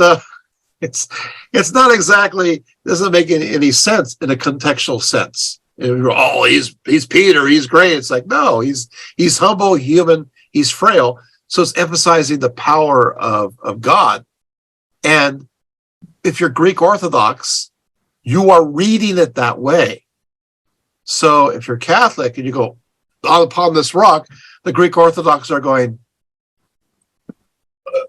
okay, pebble, the leadership comes from the Pope in this way, and the Orthodox or Greek Orthodox, no, it doesn't. Not from our perspective, not from what we're reading there. What are you reading? Sorry, so there's a lot of power in translation. We have to be very careful about it. So, but the Latin Vulgate is full of problems. Rome nuts. Yes.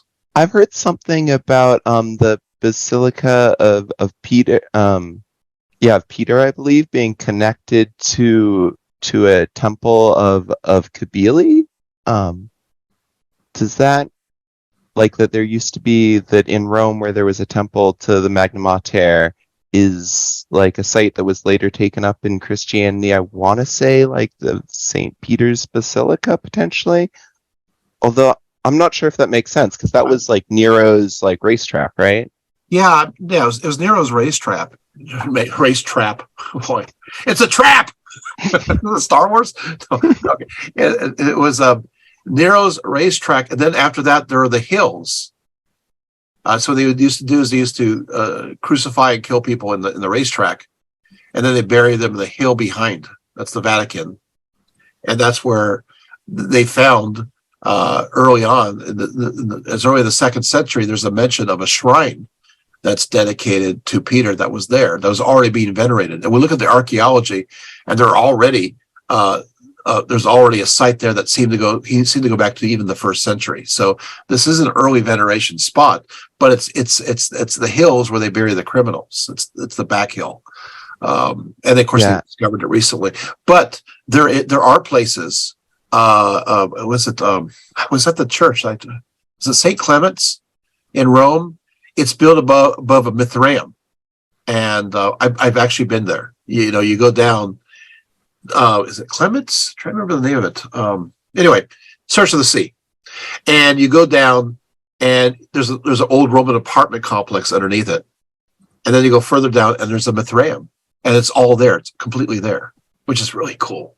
So it was a cult center before that. So anyway, I've heard the connection with the keys specifically with Kabili's keys becoming the keys of the Pope later. I think I'm thinking about Santa Maria de Maggiore. Maybe that's where the Kibili site is. That's a good question. I'll have to look into that. But yeah. Yeah, So I'm not sure. Like, I don't think it was from a scholarly. I'm not sure if it was from a scholarly source, but that there was a Kibili site that was taken up by the Roman Church, and that has associations with the keys. That the keys of Peter are the same keys that were the keys of Kibili before. That makes a lot of sense. There's, in fact, a large portion of churches are built on other sacred spots. So yeah, or heroes, sites dedicated to heroes as well. Jillian says, "Do we have anyone called Father Peter? We're always talking about petrol, by the way, of Petros and so on. Wonder if any connections there too," says Jillian. "I suppose there's also the Spanish word Pedro, excuse me. I think a generic term in films for someone you don't know the name of, but I could have misunderstood. I don't know. Well, I'm sure there's a pater Petered out there somewhere, right? Peter picked the pepper. Okay, anyway." I'm losing the ability of something that's called speech, and the English language is being lost to me now. So I'm sorry. It's a good tongue twister. Yeah, I can't. I can't read anymore. So, but yeah, great questions, great ideas. Did you guys have fun? Right? This is good. All right. So I'm off. By how much, I'm not sure. So, have a great night. Thank you so much for being here. And I'm going off into the sunset, like the Mesopotamian and myths will have, up to the western horizon. Hopefully I'm not. Press the end button and that'll do the same thing. The end button's the same. So thank you so much for being here. Thank you. Good night, everyone. Thank you. Night. Uh, Night.